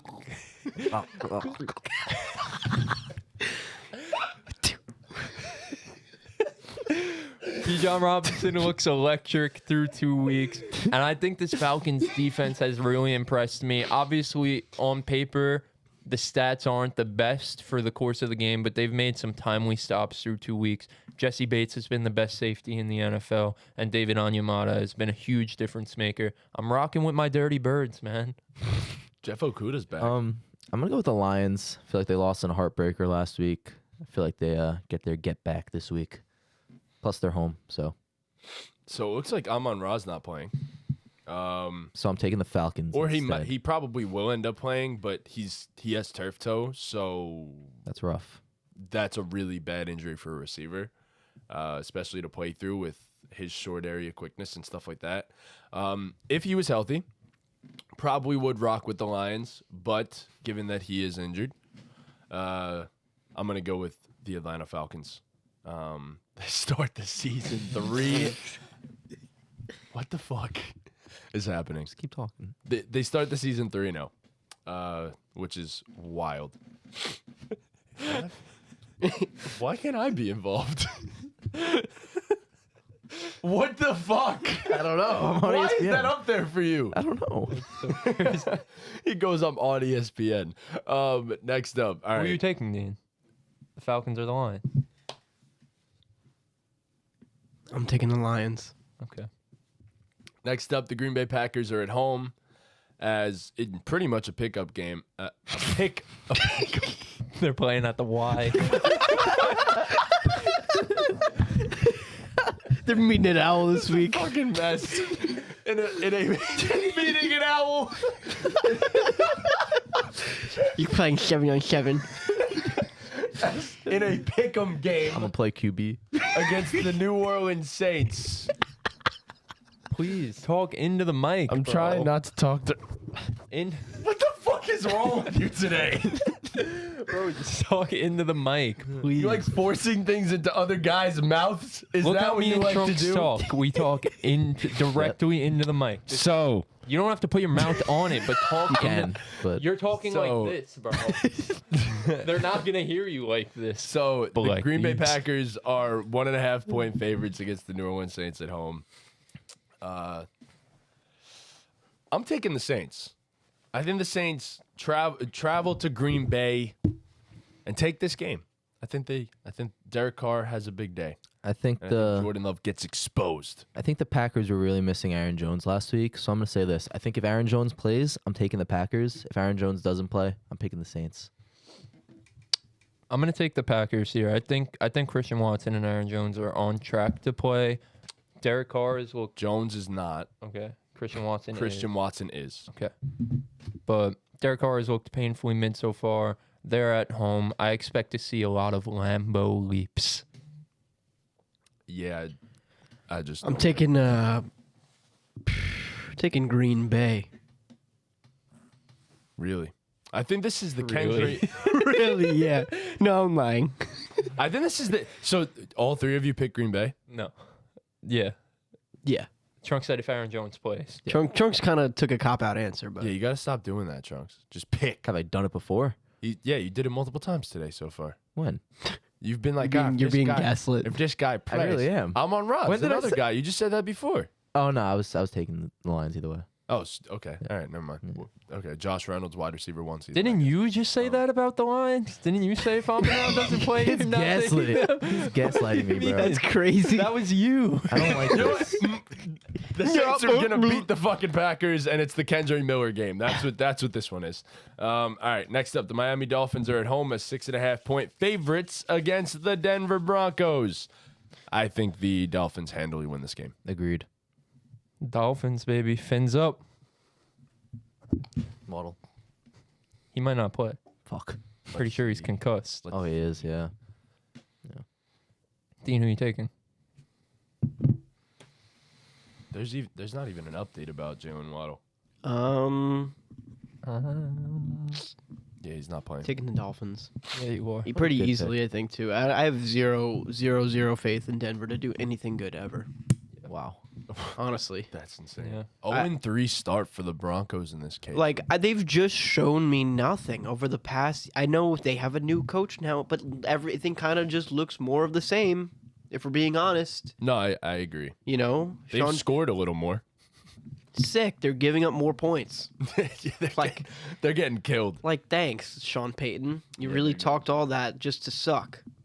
I mean, the offense is good It's in the first half. It's not good enough. it's Well, it's better than last year. Last year, the offense wasn't good for 2 halves. 4 quarters for all 4 quarters. Progress. Now it's good for at least 1.5 quarters. And now Nathaniel Hackett gets to coach Zach Wilson. Congrats. I'm sure he's so happy. Congrats, Nathaniel. All right, next up, the Seattle Seahawks, 5.5 point favorites against the Carolina Panthers. As you said before, Bryce Young is not playing. Andy Dalton will be the starter. Let's go, Andy Dalton. I'm taking the Seahawks. Andy. I'm also taking the Seahawks pretty convincingly. This is actually my best bet in my pick'em league. Seahawks -5.5. I'm taking Carolina. I wonder if DK is playing. Why Did not are you participate taking in Carolina? practice. You think Andy Dalton has the juice? Yeah, I think Andy Dalton proves to everybody that he deserves to be the best backup quarterback in the league. The best backup quarterback in the league. DK is not on the injury report. So Really? Really? really, Kid doesn't believe us when we speak. no, thinks I'm lying. Did not participate in practice. That's the only reason I'm saying that. Okay. Okay. I'm going to take the Seattle Seahawks pretty handily. Next up, Kansas City Chiefs. Wow. Okay, so these two games back-to-back are 12.5-point favorites for these teams. Kansas City Chiefs are at home against the Chicago Bears. 12.5-point favorites, as I said. I think the Chiefs win by more than that. Especially with the whole Justin Fields situation that's happening. Oh my God. And the whole defensive coordinator stuff that's going on at the current moment. Oh yeah, he did some. He's fired. He's stuff. gone. The FBI raided his I don't know house. what you have to do to get your house raided by the FBI, but it's probably He bad. said you look like Andy Dalton. Thank you. That's so That's not a compliment. like. Not only Well, is it not a I compliment- think he meant you look like Andy Dalton. He said, Trunks, you kind of favor Andy Dalton. I think that's what he means. That's Probably. definitely what he means. I've That's gotten probably Sam like, Darnold before too. Forgot who told me that. Probably like a combination of them. Like if they had a if baby. they had a kid. And had curly hair. Yeah. Yeah. Oh, Sleazy acknowledged that my Buccaneers agenda is looking good so far. Thanks, Oh Sleazy, for remembering that. That being said, the Chiefs are going to absolutely demolish the Bears this Yep. week. Agreed. It's not even going to be close. Yeah, No. it shouldn't be close. But if we were to go back in time and do our fantasy football starts of the week, I would say fuck you, Mike Williams. And I would say Justin Fields is the start of the week because people are getting panicked about Justin Fields. I think you got to just trust the process. Eventually, he's going to start running like a madman. And I think this is the game. He said he's going to stop being a robot and stop thinking so much and just play. Patrick Mahomes made a comment about it. He said he told Fields, the media was asking him a question, and he said, stop thinking. You have the talent. Just play. So, yeah, maybe the guy takes the advice of the What a greatest boost! Of, quarterback yeah, of all what a time. boost of confidence to hear that from the GOAT. Don't So- think. Sometimes just trust your instincts. Yeah, don't think. Don't think. But Thanks, yeah, Pat. so definitely taking the Chiefs all around. And then I think this is another one that we all know who we're picking in this one. The Dallas Cowboys travel to Arizona, and they are 12.5-point road favorites, again, for good reason. Unfortunately, the whole Trayvon Diggs situation really does suck. Wishing a speedy recovery to Trayvon Diggs changed the whole slight outlook of the Dallas Cowboys. But anyways, yeah, this week is an easy one, and I'm taking the Cowboys to win by like 87. close to 30. They're plus 60 in their first 2 weeks of the season in point differential. Yeah, They're pretty insanely no, good. they're plus 60. All That's right. crazy, man. It's 70 to 10. Yeah, Yeah, taking Dallas. Sorry, Josh Jobs. Yep. they're probably going to be plus 100 after 3. Oh man, you're taking them birds. It's a trap, bro. It's not a trap. They I have the promise you it's 49ers not. next week. I promise you it's not a trap. bro. It's not. No Trayvon Diggs. You're overthinking it. The Cardinals are at home. You're overthinking it. He's I'll take gotta the- say with that I'm gonna being take said, the I'm taking the Cowboys, Cowboys. but- Okay. This ain't the one. I could see it in a different world, but this ain't the one. Agreed. If it was a slightly better team, Yeah. No, this ain't it. This ain't it. yeah, I'm taking Maybe like if they were playing the Panthers and Andy Dalton was there. It's really crazy. There They really beat the aren't that Cowboys. many like terrible teams in the league this year. Arizona's one of them. Yeah, I agree. Next up, Pittsburgh Steelers travel to Vegas to face the Raiders. Sunday night football. How This is terrible is indeed that, bro? The Sunday night football game. How terrible is that? We get the Vikings at Chargers at fucking 1 o'clock when every other game is going So on. sad. And to cap off our night, we have to watch the Steelers and the Raiders play I- football.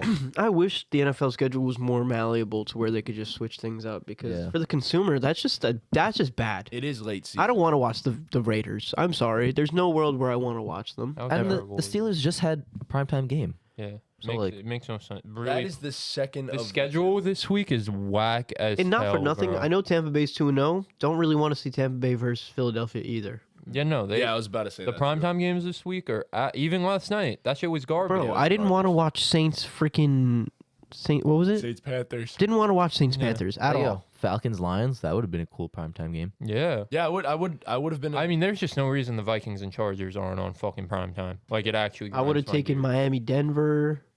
yeah. I don't know anything. Yeah. There But aren't that many great games. Buffalo versus the Commanders. That's if a you good could one, flex I that think. into a primetime game. with that said, I'm taking I'm- the Steelers pretty convincingly here. I'm also taking the Steelers pretty convincingly here. Also taking the Steelers rather convincingly here. Taking the Vegas Raiders. Okay. Next up, Philadelphia Eagles travel to Tampa Bay as 4.5-point favorites. The battle of the 2-0 teams. Huh. Battle right. of the undefeateds. All right. Part of me is leaning. It's just perfect. Go Baker. Yeah. Go Baker. Go Baker or go home. Monday night Baker. But that pass rush will probably make his life miserable. Even though I'm pretty sure a few guys are still going to be out. I don't know if Bradbury's back for sure yet, but I'm going to go with the Eagles. Agreed. Yeah, I'm going with the Eagles too. I know the Bucs have gotten off to a hot start, but I think this is the Eagles' get back week. Obviously, they don't really need to get back considering they're 2-0, but the Eagles are going to show why they're one of the best teams in the NFL this week on Monday Night Football. I'm taking the Tampa Bay Buccaneers for sure. Baker Mayfield continues to prove to the world that he deserves to be a starting QB in this league. Okay. He's going to show the Browns they made a mistake paying that guy as much as they did, and Baker is having a better season.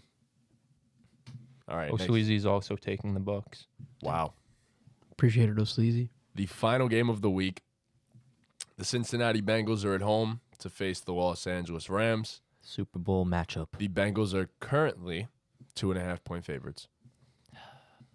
I don't know who to pick for this one. I'm going to go with the Rams, bro. I don't know what Joe Burrow's deal is. I don't know if he's playing or not playing. I don't know if you guys know the deal at all. He didn't really tell me. Yeah. There's no injuries reported at the current moment on either side of. That's just wrong. So There's a bunch of them. that's literally what NFL says to me right here. Well, ESPN says Joe Burrow, Tyson Anderson, and Nick Scott are all questionable for the The Bengals. 2023 NFL injury report says. And for the Rams, we got Joe Noteboom, Puka, Brian Allen, Jonah Williams, and Kobe Durant. Well, this gives Kobe updates- Durant's a cool name, dude. That is a really cool. name. What?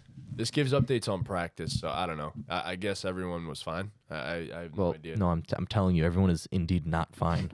but they're all questionable. likely going to play, is what I'm assuming. Dame's getting traded before October 2nd. Just throwing that out there. Oh, thanks. He told you. Did you see that? Just came up as a rumor from Danny Sleeper. Danny Morange. Mm. Sorry, shouldn't have said anything. Whatever. Freaking Andy All right, Dalton. who are you guys taking?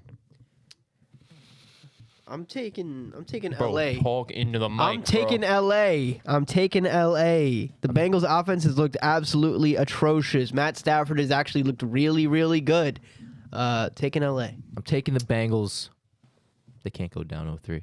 They can. Yeah, they can't lose 3 in a row, right? No. They can't. They can't. That's what you think. That's what I know. They can't. So yeah, I'm gonna have to go with the Cincinnati Bengals here. I think Burrow, has a solid game. Hopefully he's healthy. Hopefully, but yeah. So that's the pick'ems. All right. I have a game. Okay. I like games. It's a game. It's just a game. Games are fun. All right. Let him do it. Yeah.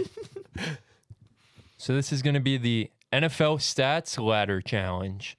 So how it works is there's going to be seven levels to this ladder. I'm going to say a stat, and I'm going to say where they rank in the league. So, for example, let's say 500 targets, which ranks first in the NFL. You guys will have to guess the player. So how this works is I actually had 2 ladders, and I was going to split you up into teams and make it so whichever team gets to the top of the ladder in the fewest attempts wins. But Circumstances. so we're gonna do one ladder, and 3-way. and you guys are gonna get 3 strikes. We're gonna do this BDG style. Shout out BDG. So you guys are gonna get 3 strikes, And as you move up the ladder, it's worth more points. So the first level is worth 1 point, second level is worth 2 points, and so on and so forth.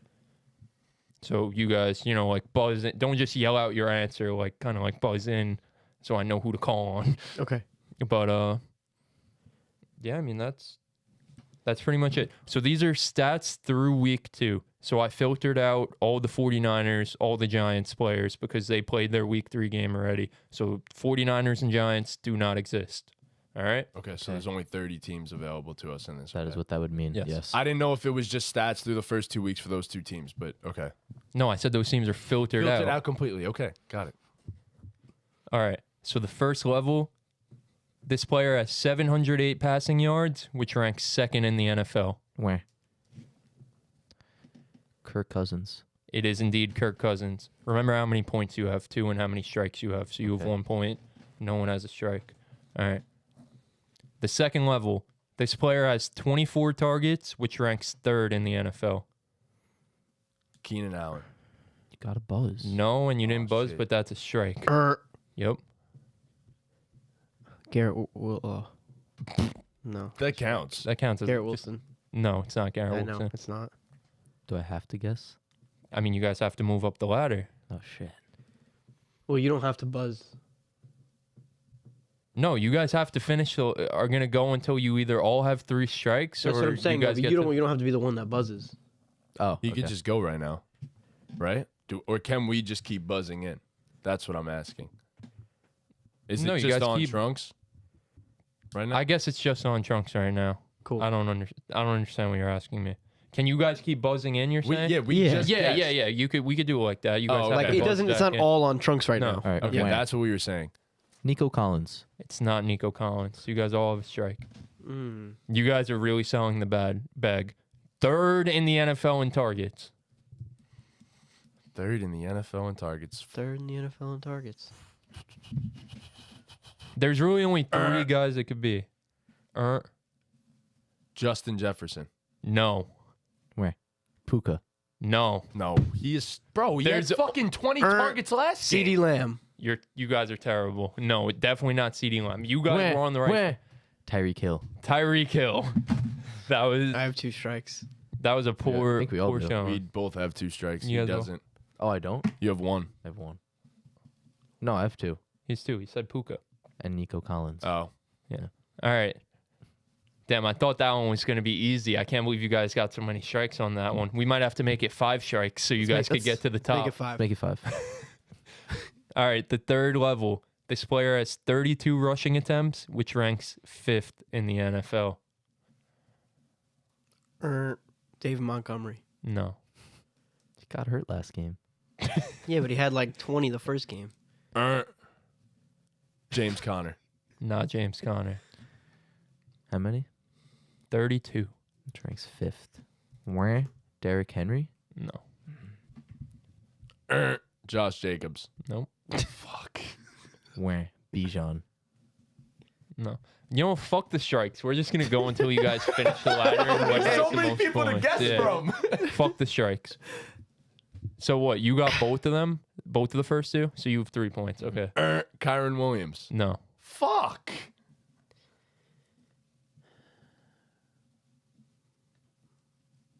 This is terrible. Sad. Nick Chubb. Not Nick Chubb.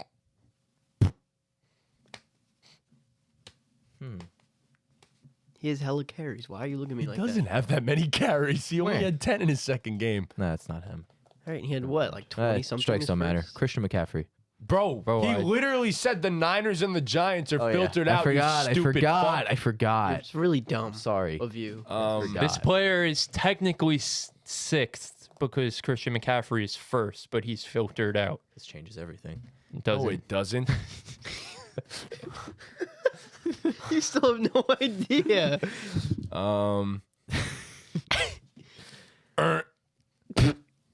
Never mind. Where? James Cook. Nope. Reed Mostert. Nope. That's my Where? next James Conner. No. I already said that. Pay attention.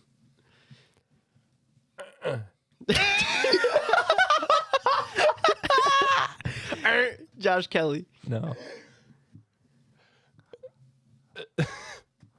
bad.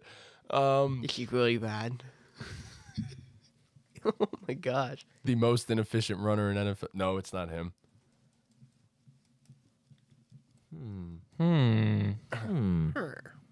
Come on. Tony Pollard. No. He had 25 carries last game alone. Yeah, he's higher on the list. I would assume he's like second.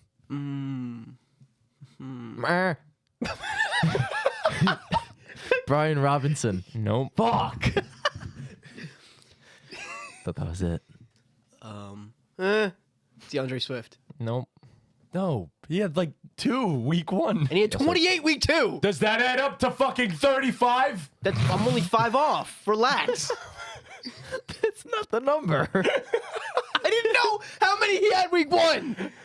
That's fair. Shut up. God. Oh boy.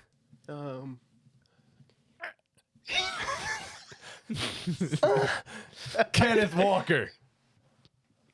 No. Fuck. Oh man. We're gonna go through every running back in the league.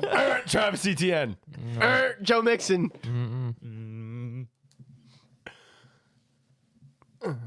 I don't know who to guess anymore. Where? Alexander Madison. No. He had He had like 25 He had total. 8 last week. Oh No, but who else is shit! there? This is so fucking Who else bad. is there? Tyler Algier. Nope. I thought I had it. Nope. You didn't. Where? This No. is so bad. Ramondre. Hmm? Ramondre Stevenson? No. Oh wow. You guys might be officially on the only guy you haven't said yet.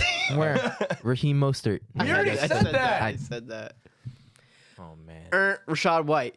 No. Where? Javonte Williams. No. Not even close. I know, but it's the only guy left. Rashad White was a good guess. He was actually one spot above, and he was who I had for this category on the other ladder. But that's Ortiz's fault. Wow. Miles Sanders. Miles Sanders. Damn. Wow. All right. That was 3 points. That was That was horrible. 3 points. Now we're tied. All right. Level 4. I have this nothing. this player has a 71.6 completion percentage, which ranks 5th amongst starting quarterbacks. Matt Stafford. No. Where? Tua. No. Ranks 5th. Come on. Don't disrespect Tua like that. Justin Herbert. No.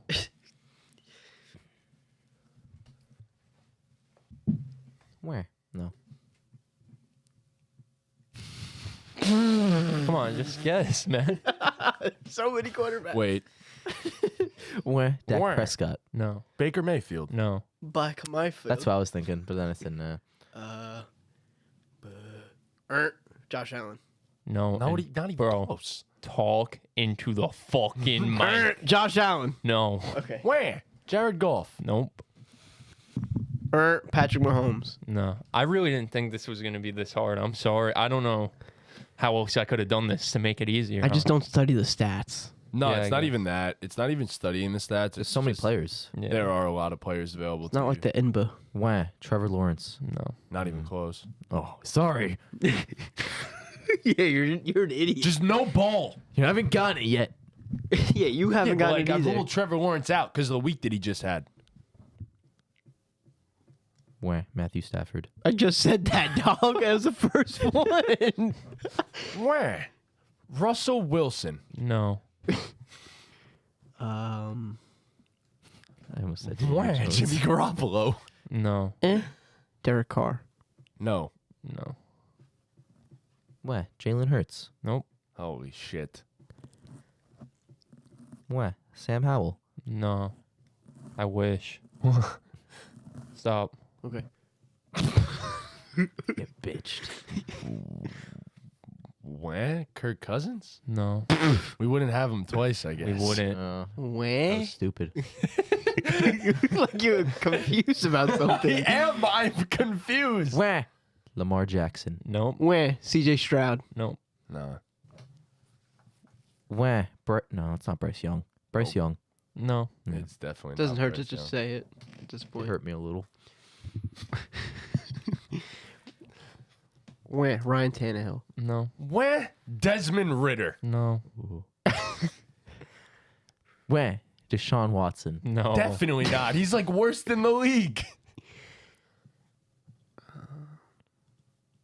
Holy fuck. We're so close. I could feel it. I could feel it. I feel like there's like 2 quarterbacks left, if I'm being entirely honest. Wham, Mac Jones. No. Where? Gardner Minshew. Starting quarterbacks. He didn't start. Okay. He was up there in completion percentage, but I filtered him out because he wasn't a starting quarterback. Makes sense. Guess your other boy. Same team. Wham, It's not- Anthony Richardson. it's not I know Anthony it's not Richardson. him. He only has like a No. 64. Once again, I think you guys might be on the only guy you haven't All said. right, you know Where? what? I'm Joe looking at Burrow. teams, bro. No. I'm looking at teams at this point. We can look at teams, I guess. If you must. Guess the Cowboys. Guess the Browns. Brock Purdy. Wham, Brock Purdy. No. Wah. Jordan Love. No. No, looking at teams is still like It is. cheating. It 'cause is. I now you're agree. going- Where? Mac Jones. You're the one who said it. At this point, Well, it's like, cheating because just you said guys that. said everyone else. And no, it's not Mac Jones. Stop looking at the teams. Okay.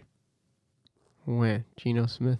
It You is suck. Geno Smith. Ah, Fuck you. Dean gets 4 points. He has a bunch of teams in front of his face. I wasn't. I just looked them up. Gave All him an right. idea. Done with the teams.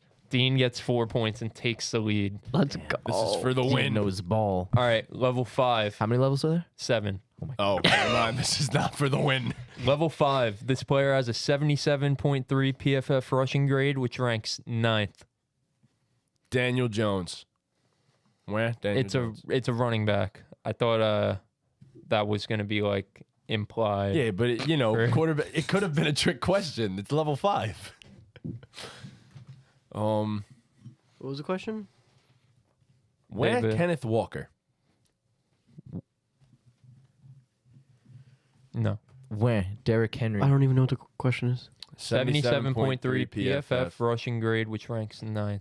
Where? Damian Pierce. No. Where? It's not his fault. He's getting fucking tackled 2 yards behind the line of Where? scrimmage. James Conner. No.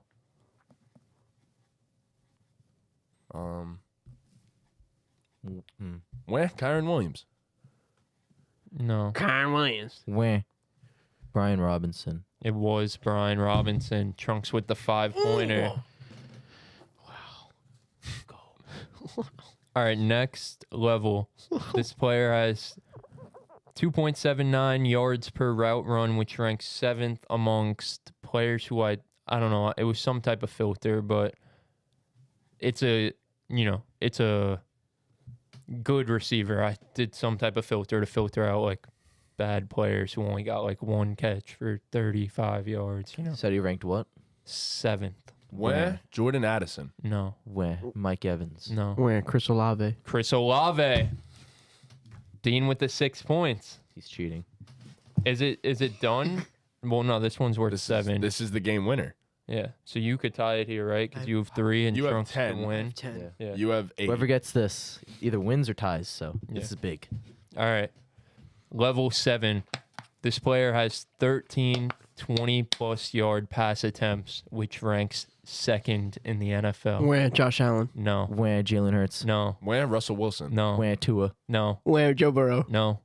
Wah. Justin Herbert. No. No.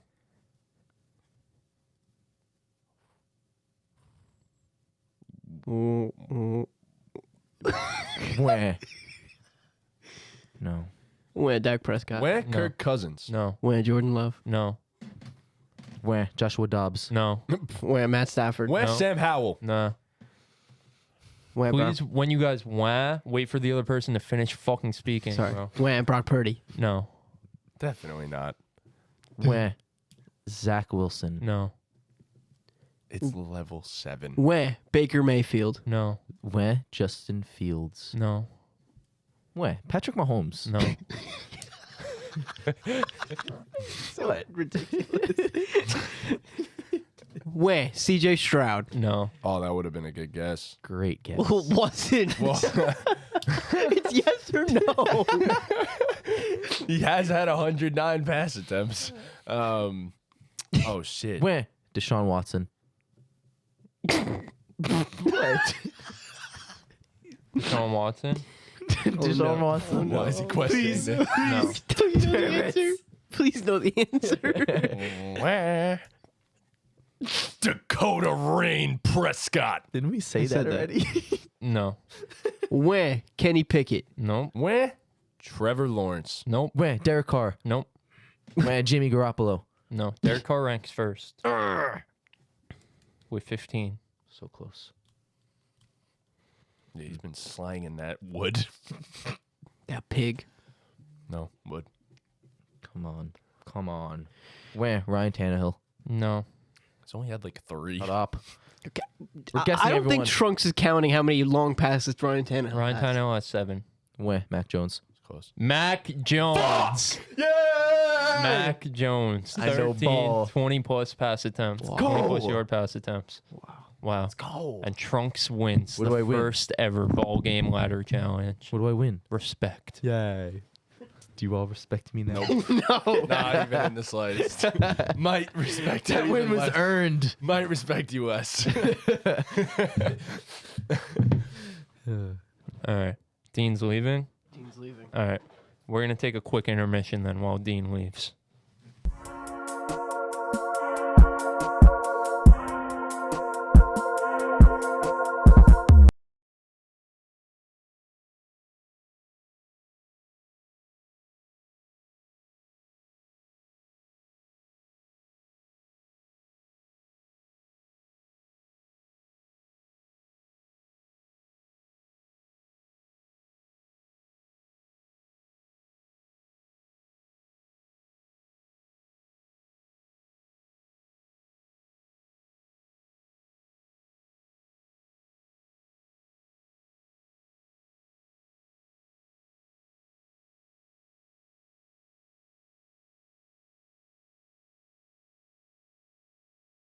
What the hell? All right. That was football.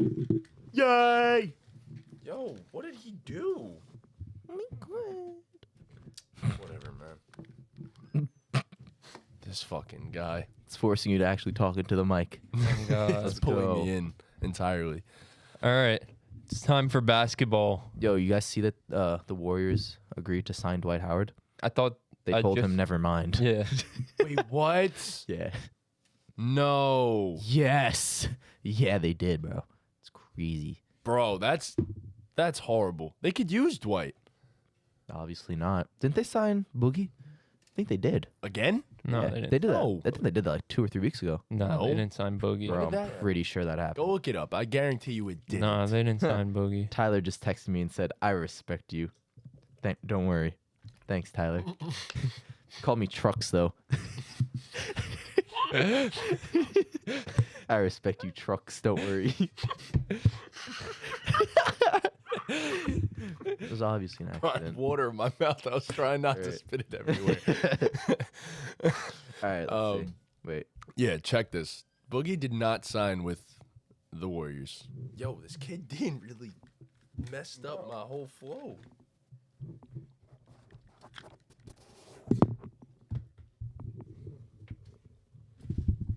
It's really so fucking simple, Yeah, I man. didn't know how to do it, to be honest. Thanks. Did he sign or did he not sign, bro? Yeah, you're taking fucking forever. If you with can't this. find it, this guess fast, he not. didn't.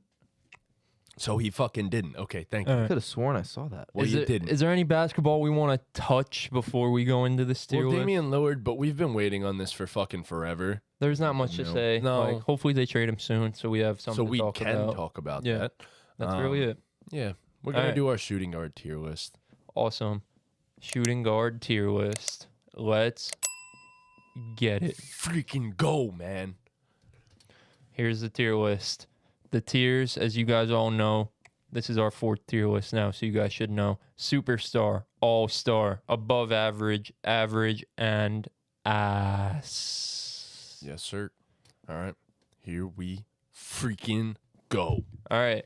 First name, Anthony Simons. Above average. Yeah, Average over 20 points per game. I could see him going into All Star. I would put him maybe. We'll see when we potentially. get there. I think he starts with above average. Yes, agreed. Yeah, agreed. He's at above average. Next up, Anthony Edwards. All right. All-star. It's based on last year. I would have to agree with all-star for now. I agree, but I think this man is going to be firmly entrenched in superstar territory after this season. That's fair. Completely fair. Next up, Desmond Bain. I'm gonna put him above Anthony So- Simons. I agree. I'd put him above Anthony Simons. I thought you guys were going to argue for All-Star. No. I think he's right under All-Star. Agreed. He I might was be- gonna he say might he's finish the not top. in that same category as Anthony No, Edwards. Yeah. he's probably gonna finish the top of above average if we're being honest. For sure. We're very close to it. Next up, we have Bradley Beal. Below Anthony Edwards and All-Star, I think. I think that's fair. We have to respect Bradley Beal and keep him in the All-Star tier. Yeah, Mhm. you still got to respect the real deal. The real deal, Bradley Also- Beal. Next up, Ben Mathurin. Put his ass right into average. Average. Agreed. Simple. Yeah. Next up, Mr. Bogdanovich. I think he's above Bogdan. Ben Bogdan. Mathurin. Bogdan. For Bogdan. sure above Ben Mathurin in average. Yeah. Yeah, there's nobody Yeah, else that simple. I can argue yet. Mr. Devin Booker. Superstar, first one. Superstar. Next up, the man, the myth, the legend, Christian Brown. My guy helped the Nuggets win a championship. He's an average. Average. He's an average. At the I'd end. say Yeah. above Ben Mathurin personally. No. I'm gonna put him behind. Mathurin averaged like 20 points. Yeah. Christian Brown was definitely a star in his role, but come on, let's not get carried away. Ben was inefficient. Didn't do much else. Christian Brown was not a better basketball player last season than Ben He Mathurin. played his role. He to was a a- star fine. in his role, Yeah, but yeah. All right. Yeah, fair. okay. Next up, a man whose name is hot right now, Mr. Buddy Hield. He's gonna get traded before. But yeah, So hot. before we rank him, we could talk about that. The Pacers are expected to trade for Mr. Buddy Hield. I I hope the Knicks Do trade for him. we have I've any seen some of that. destination? that would make a The lot Knicks, of sense. honestly, like trading away Evans' contract and a draft pick for Buddy Hield. I feel like I that'd be really tweeted good. that out. I said the New York Knicks should be all Mhm. in on Mr. Buddy We Hield. have the love Buddy defense Hield. to make up for the fact that he can't defend. Yeah, I love Buddy Hield. I always and have. We really Um, need a knockdown shooter. Mhm. Like really need a knockdown shooter, and Buddy brings that. Yeah, I could see that. Another bucket I could getter? I could see a team like the Bucks. I could I see a think team the like team the that Lakers. makes the most sense is the Orlando Magic. If I'm being honest, I think Magic need Mhm. the shooting. they've Yeah. been looking for that guy that could step in and be an elite shooter for them. I think Buddy makes perfect sense for them. He could fit anywhere. Yeah, I mean honestly. that's a guy who But- is extremely valuable, especially for the fact that he's on an expiring contract. Yeah, I mean, I would say the Bucks, but Grayson Allen kind of fits his role there. So I don't know, kind of redundant. But you can never have enough shooting. So Yeah. I think any team could make sense to trade for Buddy Hield. Yeah, for sure. Shout out to Buddy Hield, man. One of the best shooters of all time. Yep. Of all Yeah. time. That being said, I'm putting him in the back of above, Above average, average? personally. Yeah, agreed. I agree. I'm The cool very with bottom that. of above average. Next up, we got Karis LeVert. He's average. I'd put him above Ben. Yeah, I think that's fine. Right above Yeah. Ben I'll put him Mathurin. above Ben. I was thinking if I wanted to put him behind him, but I could do above. I can't put him above. Yeah. I mean behind Ben. Yeah. That's fine. Next up, Mr. Alex Caruso. So this is an interesting case study, right? Because part of me is so tempted to put him in above average, and I wouldn't fault us at all for that. I can't. I don't think he's on the level of those other guys. I think he's as good I of a don't know. player as Buddy Hield. It's just they're elite at different aspects of the game. That's the thing. That's true. Alex Caruso is a superstar You know in what? what he does. You're right. I Oh would. man, I didn't even realize when you sent this last night. I pointed out the James Harden Maxey thing. We're gonna rank Shea as a point guard. Yeah. Yeah. Okay. It's That- him and Giddy are kind of like Yeah, I just interchangeable. realized That's that. the thing. Yeah. I don't know. Normally the thing with Shea is the conversations about Book and D Mitch and those guys. That's why I was just pointing out. But Yeah, whatever. I guess. Anyway, Alex Caruso. I think he's an above average right below Buddy Hield. That's cool with me. Personally, I think he's average. I think he clears everyone in average. I think he does too, but I and don't I know think if he's closer a to Buddy Hield than he is Bogdan. But I also don't think Alex Caruso's on the same level as I Desmond think Bane. I think we put Caruso in average, and I think we also moved Buddy Hield back down to Yes, average that's fine. also. That that's works. fine. But I'm putting Buddy at the top of it. Yes, agreed. Fine with me. Cool. That makes more sense. That's fine with me. Next up is CJ McCollum. Above average, I think. Above average, I above below. Anthony Simons. Yeah. In I my was gonna say. personal opinion. Perfect. Next up, Jordan Clarkson. See, part of me's tempted to say top of average. But I'm thinking bottom of above average. He was It's really, tough. really, really good last year. He was. I'd still put him in average. Yeah, I I can't put him agree. in the I tier with agree. those guys. No, I That's agree fine. with you. This average tier is going to be huge. There's It is a going bunch to of be a average lot shooting guards. of players in this. We're putting average Jordan tier. Clarkson ahead of Buddy Hield and Alex Caruso. Yeah, I think so. I'm cool with that. All right. Next up, Donovan Mitchell Superstar. behind D Book. Yes, for sure. Next up, this is definitely an interesting one. Mr. DeJounte Murray, So who's at the top of above average over there? Desmond Bain. I think DeJounte's below I think Desmond Bain. DeJounte's above Desmond Bain. I would personally put him above Desmond Bain too. I say he's above Desmond Bain. You could even make an argument that he's like close to Bradley Beal, in my personal I opinion. just feel like based off what he did last season, I feel like Desmond Bain had a better season. DeJounte was really I good don't know. last year. Yeah, I too, thought bro. DeJounte was really good last year. I guess it's Active just with because his he wasn't hands. as good It as. flew under the radar simply Yeah. because the Hawks weren't all that great as a team. Alright, that's fine with me. I keep him in above average, but top of it for sure. Next up, Dante DiVincenzo. Welcome to the fucking Knicks, Hell buddy. yeah. Superstar. I'd put Um, Dante probably ahead of Karis LeVert. I'd put him above Bogdan too, right below I Alex wouldn't put Caruso. him above Bogdan. I wouldn't put him above Bogdan. Really? Nah. Bogdan's an elite spark plug off the bench. Obviously, Yeah. Dante DiVincenzo is great at his own things, but who would I rather have as my first guy or second guy up off the bench? It's easily Bogdan. I'd take Dante because of his all-around game, but that's fair. I get it. Next up, pains me to do this, but I think this might be the first ass. I agree. Mr. Dyson Daniels. Yeah, he's I expect big definitely- things from him this year, an expanded role. He didn't have much of a chance to make it out of the ass. But Yeah. Couldn't make his way up. this year he'll do it. Next up, Mr. Gary Harris. Gary Harris.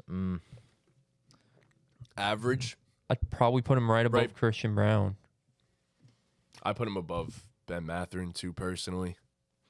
Nah. He's still a good 3-and-D player. Nah, I'm putting him behind Ben Mathurin. I don't I know. I agree. value his archetype a lot. His so- archetype is definitely valuable, but I think Ben Mathurin was really good last year. Obviously inefficient, but to each their own. Josh Giddey. He's in above average. think he's the It's bottom just of- how far is he? I personally would take him above Anthony Simons. Really? Yes, I don't personally. think I could do that. I personally would take him above Anthony Simons. I'm thinking behind. I love everything that Giddey brings I do too, but I don't Love- think like, he's better love than. him I don't think he's better than Anthony as Simons. a though. player. Great passer. He's a solid enough defender, passable defender, way better than Simons. Simons is one of the worst in the league. He's improved his jump shot exponentially since he came into the league. I don't know if I could take him above Simons either. Simons just put up 23 points per game on elite shooting. Yeah, like no, that, yeah. for sure. I get it. I just value these guys that have all-around games. Yeah. So, All right, next up, Grayson Allen. I'm completely okay with putting Grayson Allen in ass. That's I don't think so he's fine ass with- at I all. think he's the top of ass. he's definitely not ass. That's crazy. The guy shoots 40% and plays solid defense. Like, do what are bottom we of talking average. about here? Okay. Bottom of average. He's definitely not on the same tier of player as Dyson Daniels. Like, that's... Yeah, no. I'm fine with that. I could live with that. Next up, Quentin Grimes. My boy. Above Christian Brown? Whoa. Nah. What, y'all think that's crazy? I'd put Yes. Quentin Grimes above I was gonna say, honestly, Dante, right behind Bogdan. I was gonna say either above Dante or above Bogdan. Honestly, Actually, yeah, I'd have him I'd- above Gary Harris. I'd have him above Ben Mathurin. I'd put him right behind Bogdan. I still think Bogdan's super No, that's fine. super That- valuable. I guess that's fine. I was thinking because of his defense. Again, I love 3-and-D guys. So, Next up, Tyler Hero. above average, below Josh Giddey. I think he's above Josh Giddey. I think he's above Anthony Simons. I don't think he's above Anthony I Simons. disagree. All right, we can put him below. That's fine. Do we think he's above Josh I Giddey? take Giddey over Tyler Hero. Crazy enough. I don't think it's crazy. I think these players.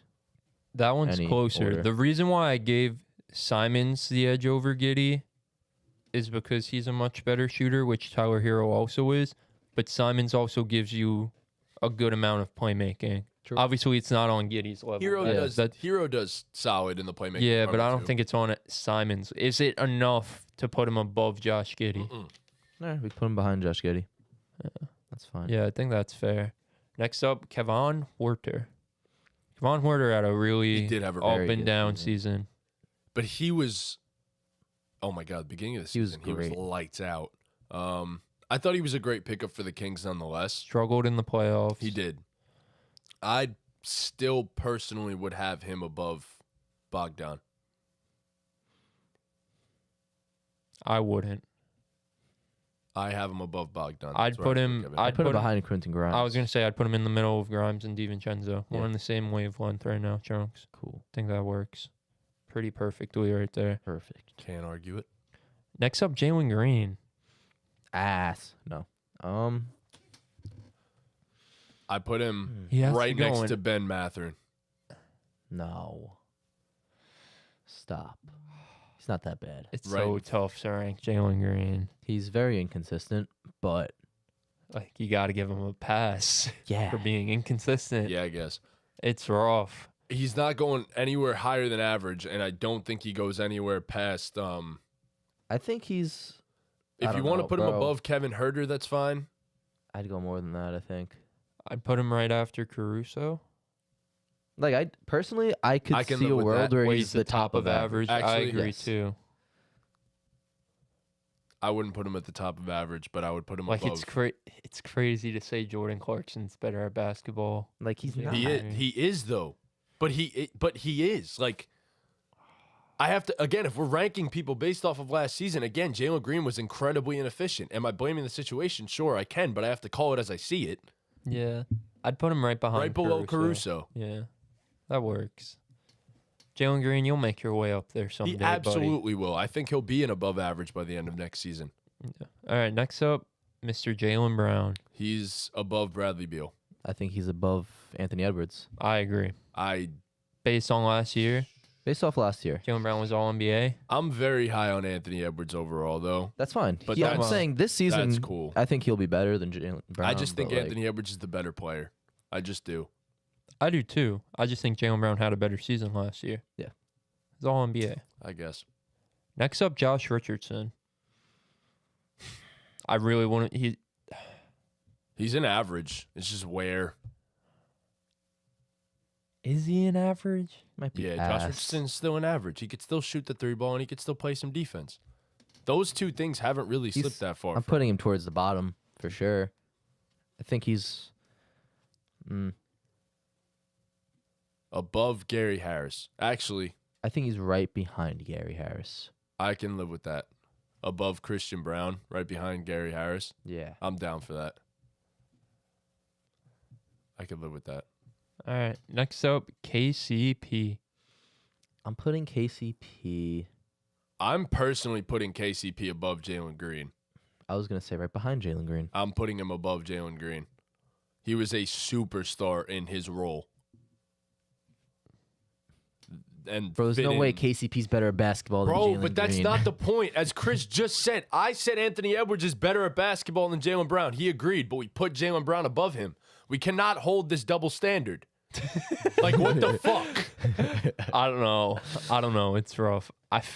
KCP was better last season than Jalen Green. What are we doing? I don't think it's that black and Oh, white. my God. Then put Anthony Edwards above Jalen Brown, and I'll live with it. No, Then you're wrong. I'm not wrong. It's an opinion. I think that is black and white though. That Jalen Brown had a better season last year than And Anthony Edwards. is. it's black and white that KCP had a better season than Jalen Green. What the fuck are we talking about here? I don't think it is. It's just so rough to say. KCP was the fourth option on his team. Jalen Green was the only one of two capable basketball players on his team. Mm-hmm. And they won 18 games. Yeah, but if KCP was in that If role, they KCP would have won two. Bro, They would have won They two would've won games. two. It doesn't fucking matter. KCP, I'm grading KCP off of what he did. He was the fourth best player on a team, or fifth, whatever the fuck, on a team that just won an NBA title. But if Jalen Green was there, they would have won it No, better. they wouldn't have. No, they wouldn't have. He doesn't match what they do. He is necessary to what the fucking Nuggets do. Damn. So I'm the deciding vote here. Yeah. Damn. I get what you're saying. Like, I do get it. KCP was more efficient. He played some defense. Some played amazing defense throughout the entirety of the playoffs, too. Played some defense. But Oh, my God. He's one of the best But shooters man, in it's the Jalen league, Green, too. bro. Come on, guys. Best. Come on, guys. He's not good right now. He's not. is anyone here in the chat? Fuck. Is anyone here in the chat? What are we thinking, bro? FaceTime to Shields right now. No. Jalen Green or KCP? What are we Probably thinking, take chat? Jalen Green, to be honest. Anyone in the chat, please help us out. Please. Yeah, I'm begging. Santos, Nick, I see you guys are in here. Come on. Fuck, man. Someone. Please. It's KCP. It's clearly KCP. How is this a thing? It's definitely not clear. It is, It's but it not. is. It's not. It's not. It's a super hard ranking because their roles were so different. Like, it's this is probably the hardest one we've done. That's why we spent so long on it. It's definitely not clear. Clear. To me, it's clear. To me, it's very clear. Well, that's to you. Santos says put KCP ahead. Thank you, Santos. You know ball, my friend. All right. Next up, Luke Kennard. Put Luke behind Ben Mathurin. I'd put him above Ben Mathurin, but that's fair. I'd say behind Ben Mathurin. Next up, Klay Thompson. This is rough. If we have to grade them based on last season, I'd I'd put I'd put- Klay above CJ. Pretty easily. Definitely above CJ. I don't know, man. Yeah, I guess Desmond Bane did have a better season. Wouldn't put him above CJ. And Bro, Klay's regular season sets were insane. they were good. They weren't insane. They were really good. He Was it arguably not had like the his best season of his best- career. yeah. Yeah. I mean, The defense wasn't there, but the shooting was there. Like again, this is like a situation where like I could see us putting him in All-Star also. You know what I mean? Yeah. I don't No, think he he's is a better than case. I don't think he had a better season than the other two. I think right there it's fine. Yeah. Ahead of CJ, That- behind that Bane. works. I That's think fine. that's fine. Next up, Zach LaVine, who had a monster second half of last year. Putting I'm him, puting him above DeJounte and above average. I was I'm gonna say Honestly, above Bradley Beal and I All was Star. also gonna say above Bradley Beal. There we go. Okay, that works. We're really Mm-hmm. locked in, man. Lonnie Walker. I think he goes at the top of ass. Yeah. I completely agree. I don't know. He's another one bro. who didn't really get a shot. Yeah. Like, he was there in the beginning of the season balling. Then had he that- didn't get a yeah. shot. Then he had that one The playoff, game. Oh Can't- my god, Does that that alone game- puts him in average. It honestly. It was in the might. playoffs. Yeah. I don't know. I feel like his He's- season as a like, whole was yeah. ass. It was Below definitely ass. Grayson Allen in average. I'll put him in the bottom of average just for that game. He was so much better Alright, than fair, Dyson fair Daniels. enough. Damn, I can't believe we're doing Dyson like this, bro. He's going to be the only one. All right, next up, Terrence Mann. I'd put Above T-Man. Jalen Green. No. I'd put T-Man right above Karras. I think he goes I was higher. gonna I'd say take him above over Dante. Dante. I'd take him Above over Dante. Herder. Nah, I'm putting him above I'm Dante. definitely taking him over Herder. I'd take him over Herder, too. Who's Behind next? Grimes. Behind Grimes. I'd take him Alright. over Quentin Grimes. I'm not doing that. I definitely take Terrence Mann over Quentin Grimes. Nah. He's a better playmaker, defender. You could argue finisher, and maybe not shooter, but Definitely not shooter. No shot. You can't do that. You can't talk about what he's better at. He's definitely this, definitely this, definitely that. And then when there's one thing that the other guy is definitely better at, you can't say maybe. That's not fair. Quentin Grimes is Quentin Grimes is the better shooter. like you were saying. If Terrence Mann is definitely the better defender, then Quentin Grimes is definitely the better shooter. Yeah, but Terrence Mann is also definitely better at all the other aspects that I That's just fine. stated. I'm just saying that's not fair to Quentin Grimes. Okay, that's to fine. say Yeah, he's definitely maybe the better shooter. I don't He's think Terrence definitely Mann better is shooter. definitely the better defender either. He I is don't definitely either. the better defender. I don't think it's Quentin definite. Grimes is a really good defender. He is a really good defender, but Terrence Mann is And better. Quentin Grimes also, I don't have my B-ball index logged in, but I'm sure his matchup difficulty was way higher than Terrence Mann.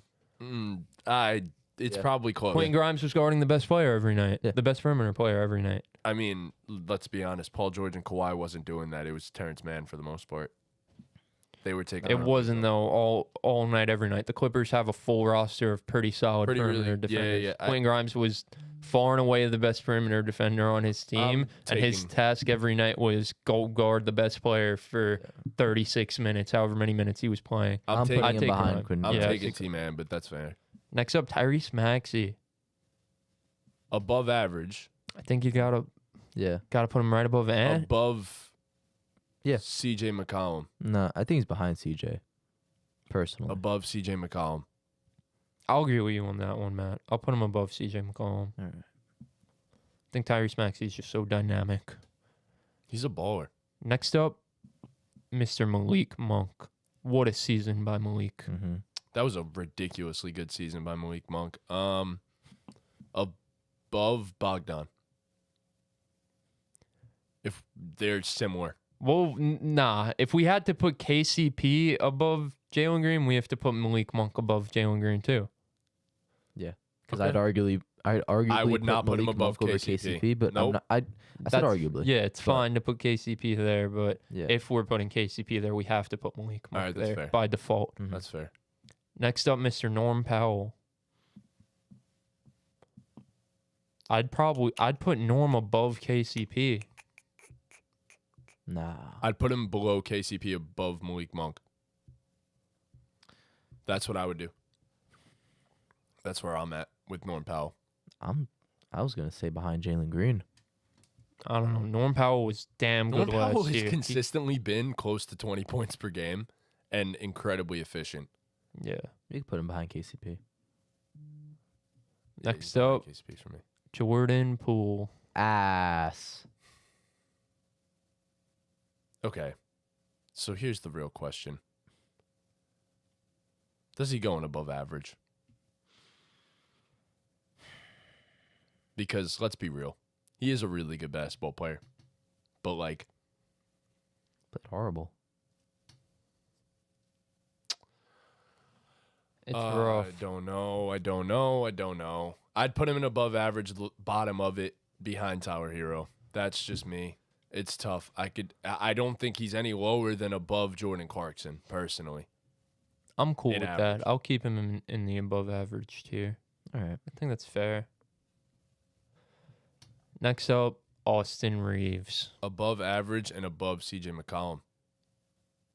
Give me that all fucking day. Wow. I am the Austin Reeves truther. Nah, I love Austin Reeves. I was gonna say Bro, his playoff run was I know. fucking sick. I just think I'd rather have CJ. I wouldn't. I think Reeves brings so much more defensively. They're similar playmakers. Reeves proved that when he had the opportunity. Reeves actually turned into one of the best shooters in the NBA. Yeah, I'll He put did. Austin fine. Reeves ahead of CJ. All It's right. crazy, but it's not crazy. All right, next up, Seth Curry. I'm not really too familiar with Seth Curry's game this season. Being honest, he might be the last shot we have of a second ass. No. I'll put him at the end of average. Actually, I'll put think him he's above above Lonnie Lonnie Walker, Walker. respectfully.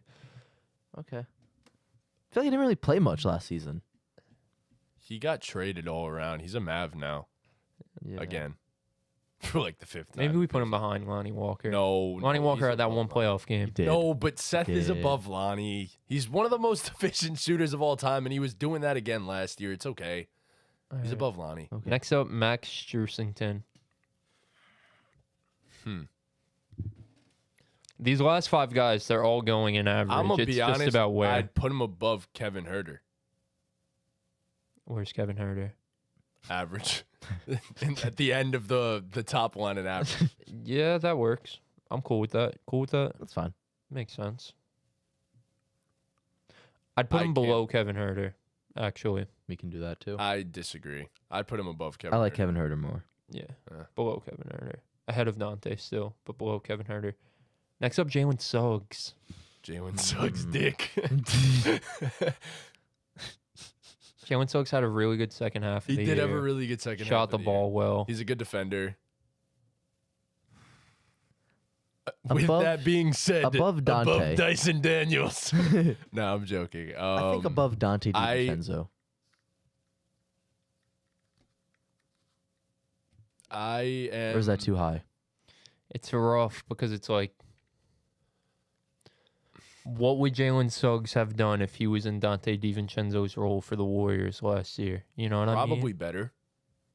Yeah.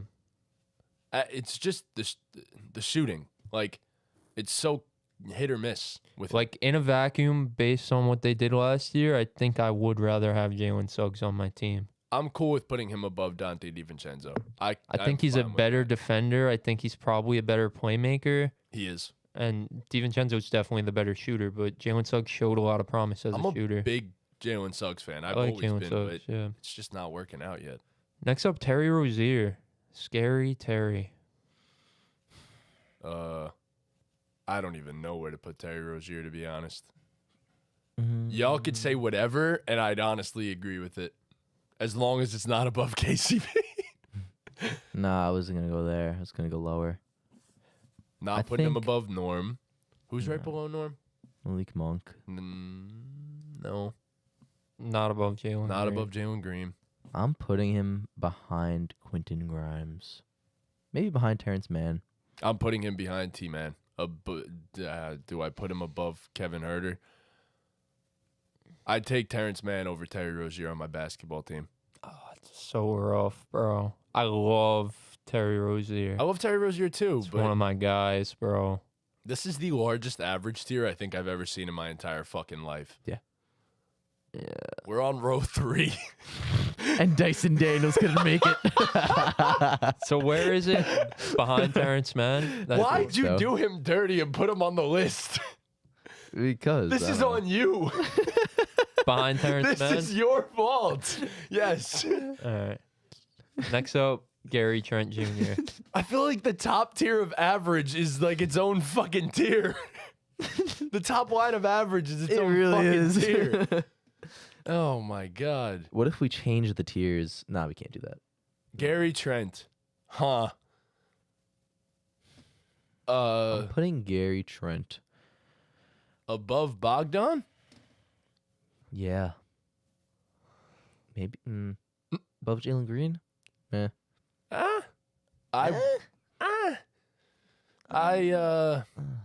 Dear, I'll put him behind Jalen Green. this is rough. And then Devin Vassell, I don't even want to rank. How many games did he play last year? Like Okay, 10? but nah, you played like 25, I think. We could give Dyson Daniels a friend. No, stop Like, that. Devin Vassell somewhere. In the games that he played, he was fucking We great. could change the tier name to Dyson Daniels /Hurt. It's like weird because, bro, this tier that we're ranking is so fucking huge, and Alright. we have to put in a guy who played 20 games. Ready? Or we could- You don't put him in average. You put him at above average, at the bottom of it. Or we just 'Cause name the that's where he bottom tier belongs. Hurt Ass. No, Devin Vassell belongs in above How about we average. just put him at the top of average? No, he belongs in above average. Bro, we played 20 games, bro. But they were a great 20 games. How about we just do this? Take him. We just do. No, wait. You can't do that, buddy. There we go. That was only half there. Does that work? No, it doesn't fucking work. Oh shit! There we go. No, there we go. Now he's You gone. put him in Superstar. No, Now his he's gone. ghost is still Nah, there. I'm gonna put him at the top of average. It's rough. He did actually play 38 games last year, not Oh. 20. He's in above average. Oh, I guess we could put him at the end of above average. Devin Vassell deserves his respect. He's a baller. Oh no, not ahead of Jordan Poole. I right, love yeah. this list. I actually think this is great. That's our tier list. It's definitely a little bit wonky, for sure. It's a little all over the place. sorry, Dyson Daniels. Yeah, I mean Wow. that average tier is pretty crazy. But there's nothing we could do about it. Yeah. Be better. I mean, all right. Or all right, worse. All right. Look, I'm looking at it like this currently. Is Lonnie Walker the same tier of player as Jordan Clarkson? Because he's not. Dyson needs friends. You did him dirty by even putting him on this list. Nick, bro, last year in the games that Devin Vassell played, he averaged 18.5 points per game on 39% from three, shooting 7 threes a game. He's a good defender. He's above average, Showed bro. playmaking strides. Like, he's definitely above average. It's hard to rank because he did miss a good chunk of the year, but when he was out there, man, I mean, you can't really argue 18.5 points per game on 39% from three. Blind rank these shooting guards. No, bro. What the fuck? No, we're What still the on fuck, the screen Trunks? share, bro. What the fuck are you doing? All right, I hold wanted on. it to come out of Go nowhere. back to this. Delete What? Dyson Daniels somehow. No, he's he's staying. staying. He's staying. Staying. Then put Lonnie Walker down. No, Put that's Seth the tier down. It's list, staying. bro. It's staying. That's the tier list. Yep. It's done now. I can't believe he's on the same tier as Jordan Clarkson, fucking Alex Don't worry. Caruso. We'll make up for it one day with Dyson Daniels. He'll be an We above owe average. him one. We owe him Yeah, one. yeah, we do. We'll meet him, and then we'll show him this, and we'll be like, "Sorry, Dyson." We'll be like, "We didn't mean it." Trunks fucked you over. All right, That's it. go ahead. Blind rank these shooting guards based on their attractiveness. There's 5 of them. There's 5 of them. All right. Oh boy, First up, we're gonna go with Dante DiVincenzo. Dante's a pretty decent looking dude. He is, especially for a ginger. I was gonna say it, but yeah, I'd put him at 3. The thing is, bro, we just did this tier list. I'm not gonna lie, the shooting guard might be the most handsome position in the NBA. There are some absolute dime pieces There are. that he could throw at There us. are There some. are. dime I know we pieces. like to start with 3 to set the average, but I think we go 4. I think we're gonna get a bunch of really handsome men. I feel like we're gonna get someone like Buddy Hield. We're definitely gonna. Buddy Hield's coming. He's Yeah, we're coming. definitely I know gonna it. get someone that's not attractive, but there's a lot of handsome. There is. shooting guards. All right, I'll live with 4. Alex Caruso and Buddy Hield, I can tell you, are almost locks though. So I think Dante at 3 is better off for us Why are they locks? because Alex Caruso's fucking bald and Buddy Hield has horse teeth. I don't know, man. So what? All right. Next up. Wait, where are we putting him? 3 or 4? You want to put him at 4? I'll live with 4. Is the chat? Is anyone in the chat? Nick says 4 in the chat. So 4. Yeah. Okay. All right. Next up, Terrence Mann. 5. I feel like he has to be. We fucked up. We sold.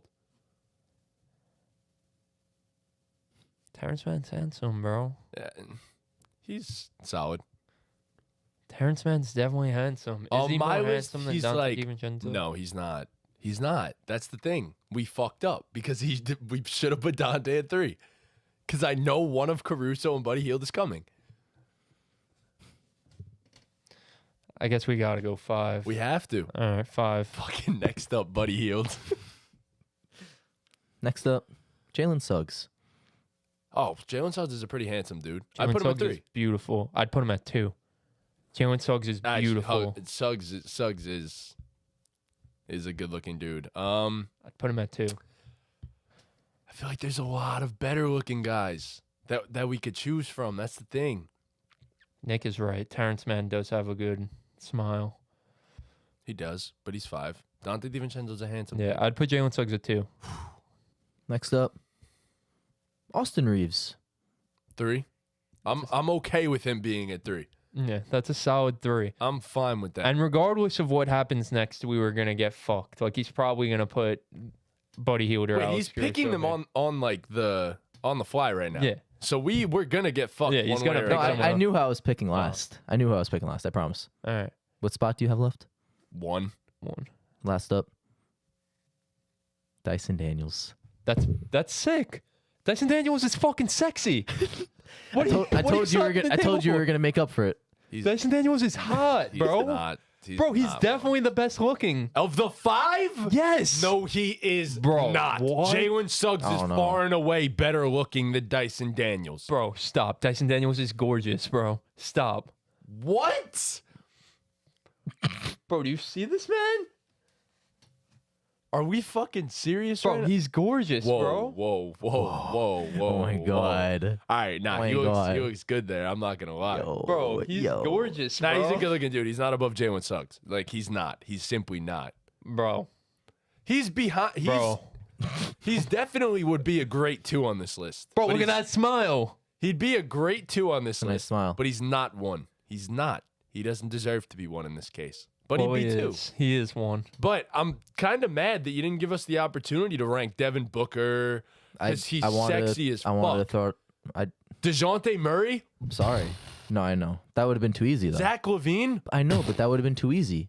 Yeah, I thought you were going to come at us with the heavy hitters. I'm not Yeah. gonna You lie. could have given us all of them. I could have. That would have been way more fun.